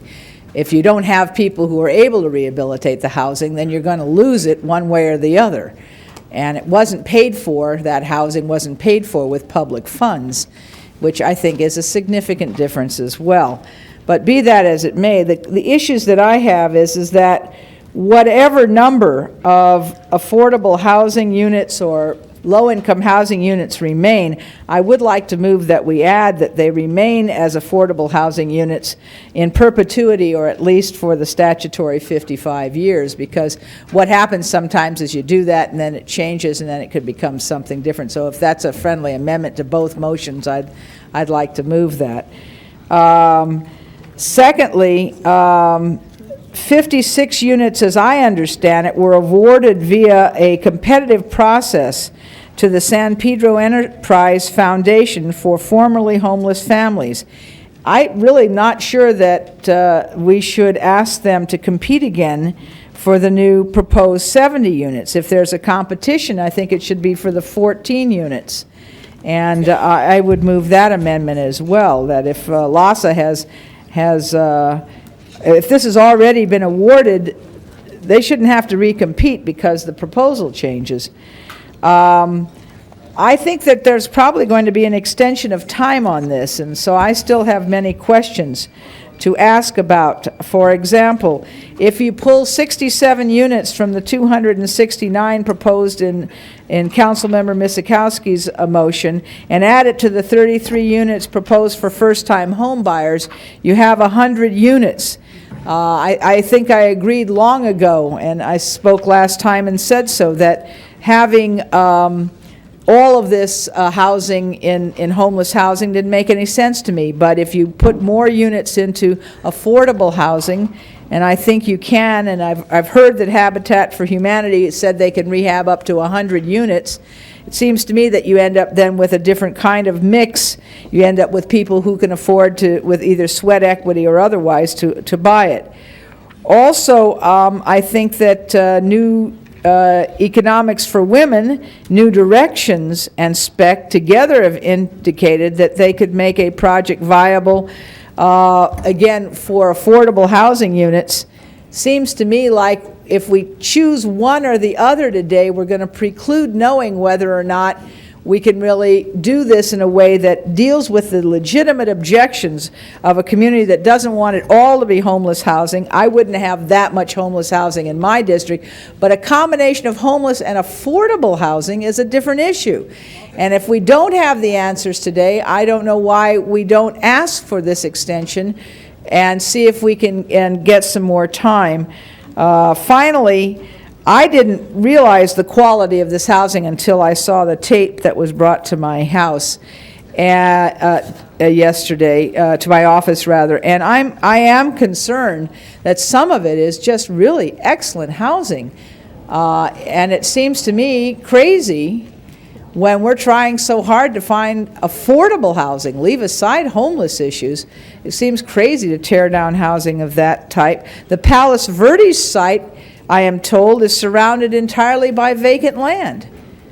So I'm not sure how that impacts anybody if it's surrounded entirely by vacant land.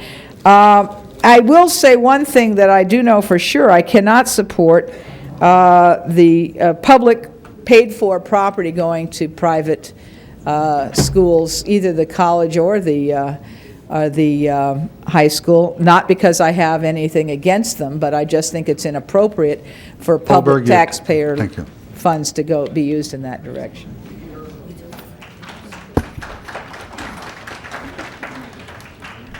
Thank you, Mr. President. A lot of what Ms. Goldberg just said mirrors some of the things that I was going to say, actually. To begin with, and I said it before, Mr. Zavornic has been working very hard on this, and that is well worthy of important respect. But I can't support the allocation to Rolling Hills, and I will vote against that.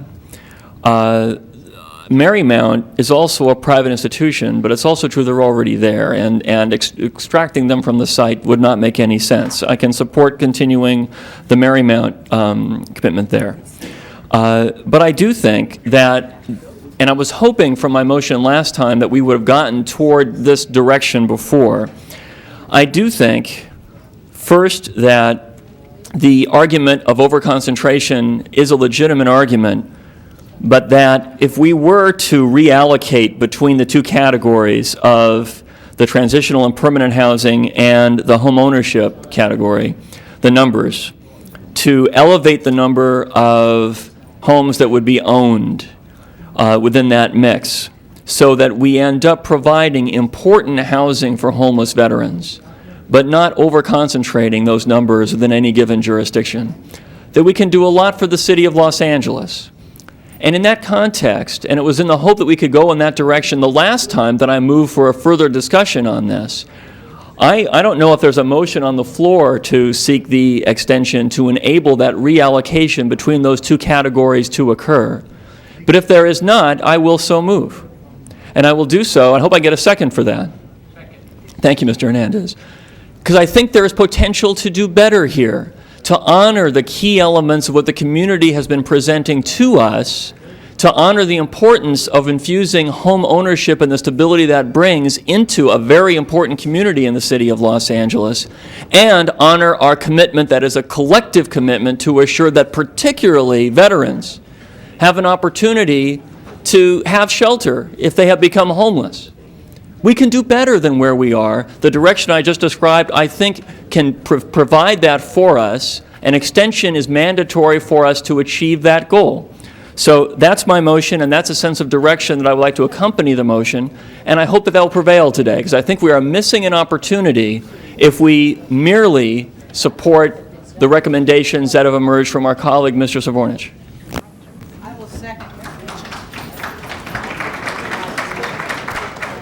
All right, Mr. Savornich. Thank you, Mr. President, members of the council. Again, what we have before us is the reuse plan as submitted by the reuse committee and as was approved by a majority vote of the housing committee with a minority concurrence of the chair of the planning and land use management committee. One of the things to which I think we have to respect is that the community has worked on this process alone for the past 8 months.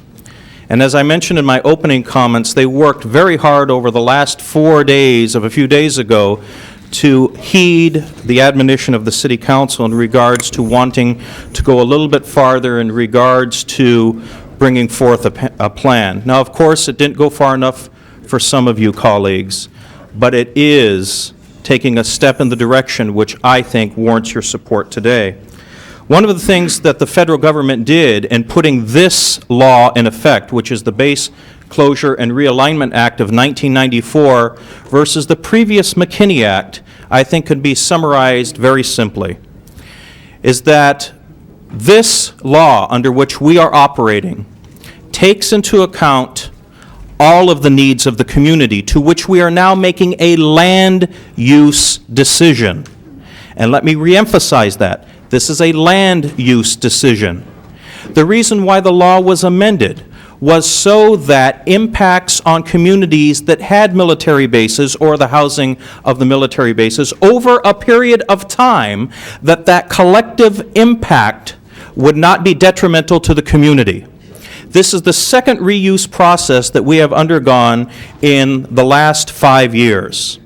What is looming in the horizon after this entire council is gone, probably in the fall of 2005, when there will be all new folks sitting around this horseshoe, is another round of base closure considerations. The chairman of the Joint Chiefs of Staff has already transmitted that to the administration. And so at that time, there will be a new city council with a community coming forward saying, take a look at another yet reuse plan. And what concerns me at that point is that the city council, we as a body, only look at these land use decisions at a certain point of time for only a certain piece of property. But as a community, we have to take a look at the cumulative effects over a decade-and-a-half period. And so what's the difference, Mr. President, members? The Reuse Committee heard your admonition. They did take a step forward. They stepped up to the plate. I think it would be irresponsible to summarily wipe away 9 months of work in a 12-hour period. And more importantly, Mr. President, what will happen in the fall of 2005 is that the same community will be standing here talking to a different city council, and for all practical purposes, as a private citizen, I will be standing at that podium with my community asking for this council's vote. However, the majority of this council won't be able to vote that day. So I ask you for the vote today, and I would like to move option A and ask those members of the community who are here supporting the reuse plan and our committee's recommendation to please stand and be recognized. All right, your time is up, Mr. Savornich. Mrs. Walders. Thank you, Mr. President. Council members, option A that Mr. Savornich has so eloquently pleaded that you support is the option that would change the recommendation from the spec group to one South Bay Crossing that the city staff recommended against, said that they do not have the experience, that they just can't do it. But that's the recommendation in A, and that's what the Reuse Committee brought back to the group. There was no RFP, no, just overnight, an arbitrary decision at the committee meeting where that occurred. I understand that SPEC, or the Veterans Organization, inquired of staff, of city staff, about this, and they were told that they just needed to be quiet and get in line and go along with what was happening. I think that's an entirely inappropriate response, as all of this is an inappropriate response. We are giving public land to private uses, and make no mistake about it, Mr. Alatorre. In my district, it would be wonderful to have that housing. It is safe, decent housing. The houses cannot be moved, Mr. Alatorre, because they're on a slab. And just as we were given some numbers that may or may not be true about the 77 houses in CD10 that were going to be taken on the speculation that they can get a big box retailer in there, that is adequate housing. And I don't believe that the rental factor is as high as it was. But even if it was, it shouldn't have been taken. The housing in San Pedro should not be disposed of as item A, item 23A recommends. If you're not going to go with my preference that none of the housing go to private uses, then you ought to at least take up option B, Ms. Misakowski's motion. And I'm sorry that the clerk at the meeting did not get the record straight, because mine was to be an amendment to be voted on as well.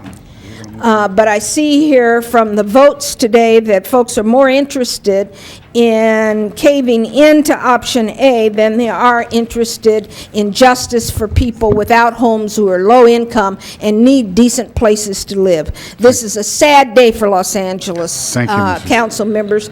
It's a travesty of monumental proportions. Thank you. Ms. Sikowski. I just wanted to clarify a few points, and I agree, I think it was Mr. Alatorre who said we ought to respect the community and the process, and I don't think anyone here has attempted to disrespect the SPARC, the San Pedro Area Reuse Committee. But I think we also need to respect and elevate something called SPEC. which is San Pedro Enterprise Community.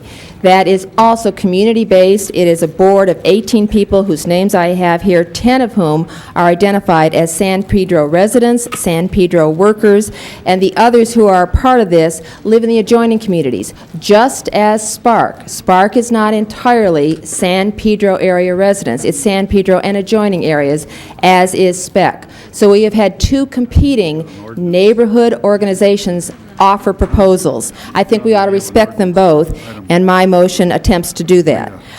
In response to Mr. Burnson, who talked about our own backyards and neighborhoods, I in fact fought for new directions in the Brentwood community when the Brentwood Homeowners Association did not want 156 beds created there. They are there now, and I pledge to work with New Directions to increase that. There are other viable properties, buildings on the VA that if we can get HUD and Community Development Department to help provide grants to restore, rehab those projects, they ought to be there because that group has proved itself, has provided viable transition homeless property, and many of the people who are here are graduates of that program. On the issue of whether or not this is a land use plan, clearly it's a land use plan, and as that map shows, and as Mr. Hernandez recommended, there are housing units there. They are viable. It has been a housing land use area that has provided adequate housing, government-financed housing, good quality housing for a number of years. Different from what Mr. Wax proposed on the Walmart matter, because that was a community redevelopment area plan, all of the 71 units there in the Walmart action that this council took are to be replaced. It is not a net loss of housing. This is a net loss of housing, and in land use, under our own considerations, where we say that good quality housing being taken down needs to be at least replaced, refurbished, or some provision made for it, the value of this housing is anywhere from $40 to $50 million. We are asking for replacement, a $2 million contribution. It's not going to get there. This is housing available that will be housing lost. All right, my plan recommends the economic balance. Just in reaction, there is something, my motion is substitute 23A. Mr. Savornich's on the committee agenda is A, so I just don't want there to be confusion. But I also, in recognition to what Mr. Fuhr and Ms. Goldberg recommended, there is yet another version of this which takes that same housing to be preserved and reverses it so that 2/3 of it is for home ownership and only 1/3 of it would go to the homeless transitional housing providers. Thank you. All right, Mr. Alatorre. Move the previous question. Mr. Alatorre. Entire matter. Prepare the roll on the previous question. Hey, Nate. Hey, big. Tabulate the vote. 13 ayes. Previous question means the debate has been closed. Now we have, what do we have first? We have a Fuhr motion. Huh? We have a Fuhr and Goldberg verbal motion. Fuhr and Goldberg motion, what was that? The motion is to seek continuance to seek an extension that enables us to work out a plan that within the housing component puts more on home ownership and less on the transitional. This is an amendment. It's a substitute motion. It's a substitute. It's a substitute, and I urge an aye. All right. Ask for a no vote. All right. Let's go. Ask for a no vote. I vote. Oh, come on. Restate it for... The motion is that we seek an extension and during the extended period reallocate the proportion of housing that's devoted to transitional versus home ownership to elevate home ownership and preserve a transitional component, but to draw from that transitional and shift it to the home ownership to some degree. Okay, prepare the... No vote. Point of clarification. What is your point? I thought the last time that we... Am I on? I thought the last time we discussed this, the issue of an extension came up, and that Mr. Savornich had said we were going to ask for it, and we didn't know if we would get it. Did we, in fact, ask for it? And no. Yeah, yes. Excuse me. Yes, we did ask for the extension, and as of right now, we do not have it. Thank you. But we do have verbal approval That was from the members of the housing who said it was going up the... Ms. Michakowski, it's the Navy Department that gives the approval. Turn off the microphones. All right, we have Mr. Fuhr's motion. Prepare the roll on Mr. Tabulate the vote. 4 ayes, 8 noes. That failed. Now we have, Now you have Goldberg Hernandez motion. Move that part of the land conveyance to the agreed-upon number of housing, whatever the number turns out to be, shall remain as affordable housing units in perpetuity or at least 55 years, and further that they last that long? the San Pedro Enterprise Foundation should not have to compete again for new proposal units to formerly homeless families. prepare the roll. Tabulate the vote. 4 ayes, 8 noes. That failed. Now we have 23A, Ms. Sikowski's substitute motion. motion. Prepare the roll. Tabulate the vote. 4 ayes, 8 noes. That failed. I move 23A, Savornich, please. Prepare the roll on, I ask for an aye vote. prepare the roll. Tabulate the vote. 10 ayes, 2 noes. That is approved. Forthwith. Forthwith on that. Mr. Ferraro, I had voted no on that. It wasn't Okay, reflected. let the record show that Mrs. Forthwith, Mr. President. No, and it didn't show up. Okay, you're, Doesn't change the obviously, outcome. you're a no vote. Ms. Sikowski's a no vote. Forthwith, Mr. President. Forthwith on the 8-4. item. All right, we have, I'm going to have to leave because I have to take my wife to the doctor, but we do have a 12-vote item, and Mrs. Walters. it's Mr. an President, ordinance. a matter of point, is this item concluded, item 23? Of course it is. Thank you, Mr. President. Mrs. Walters, you had a question on 9. Right. Please be quiet. Quiet. The council is still in session. Mrs. Walters, you had a question on 9. Yes, I have a question on 9. This is exempting another position from civil service, and there's no information regarding the relationship to the general manager of Recreation and Parks or the salary. So that's what I'd like to find out, what the relationship is in the hierarchy to the general manager. Paul, can you answer this question, or is it something that can wait a week?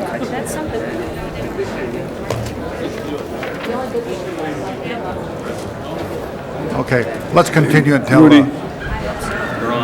Mrs. Walters, we're going to continue until, Tuesday, a week, yeah. Okay, fine. Be April 27th. Thank you, Mr. President. okay, Mr. Alatorre? Let's go. During motion. Let's go. I gotta go. All right. All right, next item. Items number 2 through 5. Items 2 through 5. Any... Item number 4 requires a motion. You have option A or B. All right, is there a motion on item number 4?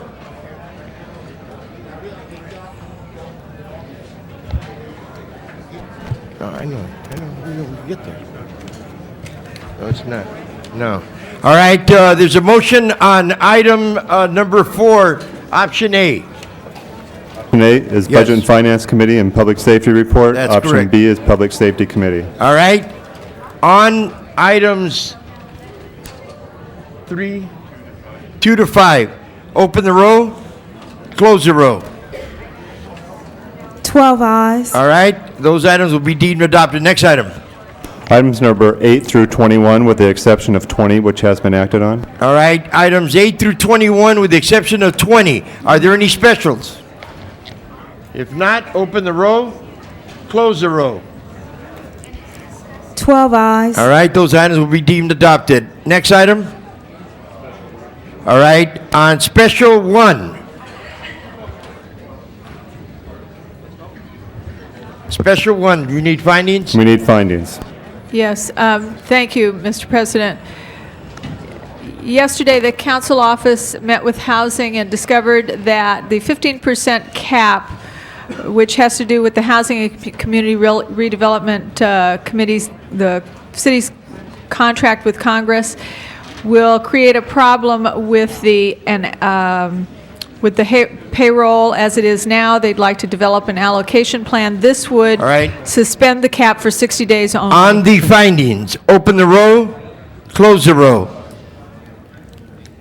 11 ayes. All right. On the motion, there's a motion to adopt. Is there any questions? Open the roll, close the roll. 11 ayes. The motion will be deemed adopted. Next item. On the regular agenda. We have public comments. Public comment. Anybody here like to be heard on public comment? We have Fran Richenbach, followed by Larry Ford. All right? Ma'am, if you can use the main. Hey, brother. Hey. I'm going to pass these around. Can I have some help with this? Thanks. Oh, you're a killer. Yeah, all right. First of all, Hey, Nate, you know. Point of is my time rolling? information, Mr. Yes. Item 9 was continued, Continued until the 27th. and the reason for its continuance? Request of the chair. Not me. At the request of the chair? At the president, excuse me. The president. Oh, there was Thank the staff president. here to answer Mrs. Walters' question. Well, you know, it's already been continued. Well, But he's not here. John's not here, so I don't know why he had to continue. Can we have public comment and then? But let me ask you a question, if I may. This is an issue that specifically impacts a project in the 8th Council District, and I'm simply trying to see if it can't be moved. Can we hold it on the? Please, hold- if it's See the if you can president. get a hold of Mr. I don't know why. All right, public the staff comment. was here. Yes. Okay, before I start, I have a question about agenda item number 4. Excuse me? Hello? So we're just. Well, Ma'am? I wanted to give public comment on agenda item number 4, and they passed it. Well, without- ma'am, All right. it wasn't a public Okay. comment item, ma'am. Okay, fine. I've just passed around the Beechwood Voice, or at least somebody did for me, and I know you guys have had a long day. But what I'm doing is we're putting together a meeting, a year 2000 community awareness meeting, and I encourage all the members of City Council to attend so that they can get some good information about the year 2000 Okay. and what we can expect. And that way you'll have information for your constituents, because they will be asking these questions. Look at the speakers. They are the top Los Angeles, LA, DWP, and county representatives for that project. So I invite you to come. Thank you. All right. Mr. Ford. All right. Public comment period. Anybody else want to be heard in public comment?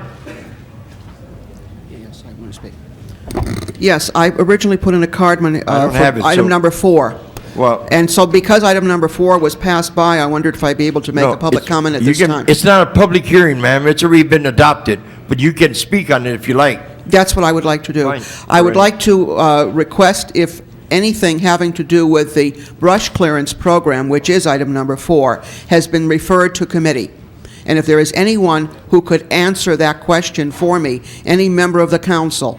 We have a brush clearance program at this time that is absolutely dysfunctional and must be sent back to committee for discussion. And if anyone could help us on this as to when it will be there, we would be glad to let our people know. So All right, is the there staff- anyone who could answer this question, please? I know we have 2 people here from the brush fires clearance Well, areas. I don't, When will that be going back to committee?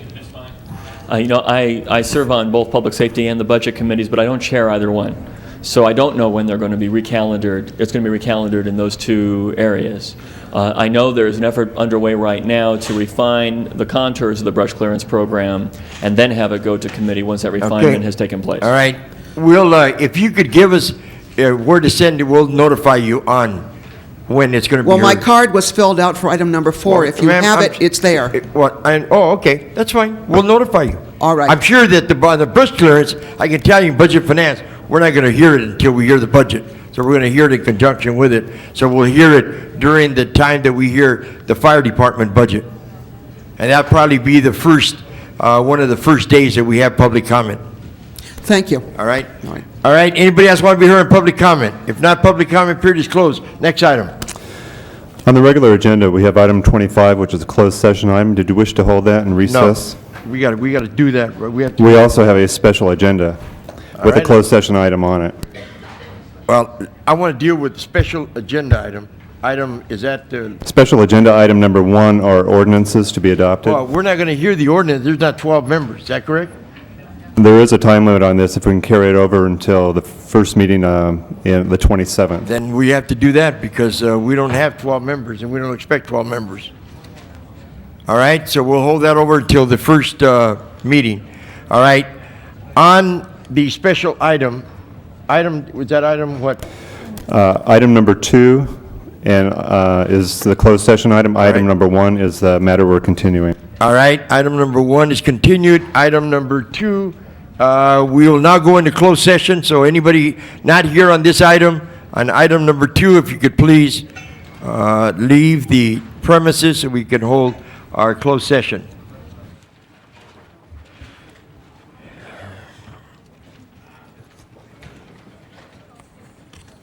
All right, who's here on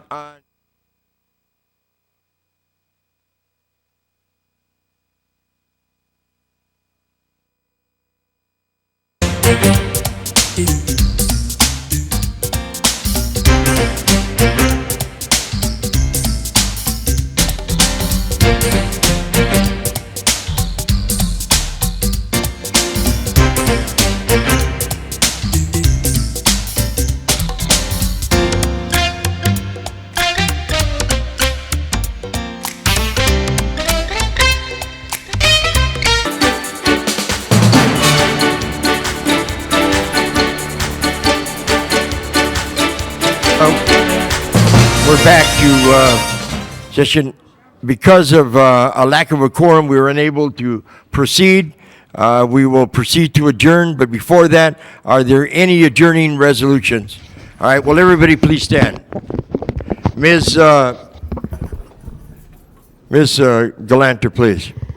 Thank you. I have, unfortunately, 4 of them. I'd like first to ask that we adjourn in memory of Robert Johnston, who was the executive director of the Didi Hirsch Mental Health Center. He died just a few days ago of recently diagnosed cancer. Is survived by his wife. It's been a very bad month for social service people in my district. In addition to Mr. Johnson, we also lost this month, and I'd like to adjourn in his memory, David Mandel, who was the first executive director of the Venice Boys and Girls Club and was there for 28 years. He had an 8-month battle with cancer, was very well known as the guy who stretched very meager resources out to provide a lot of services to at-risk boys and girls in the Venice area. He's survived by his wife and 2 daughters.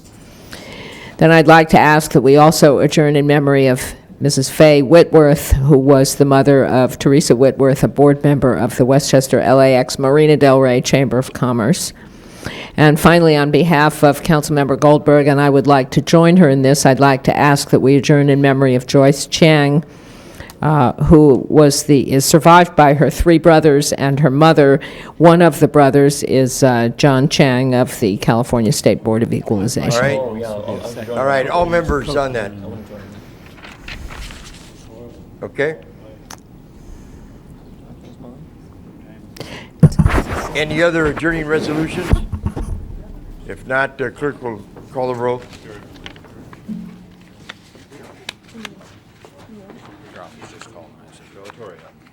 All right, meeting is adjourned.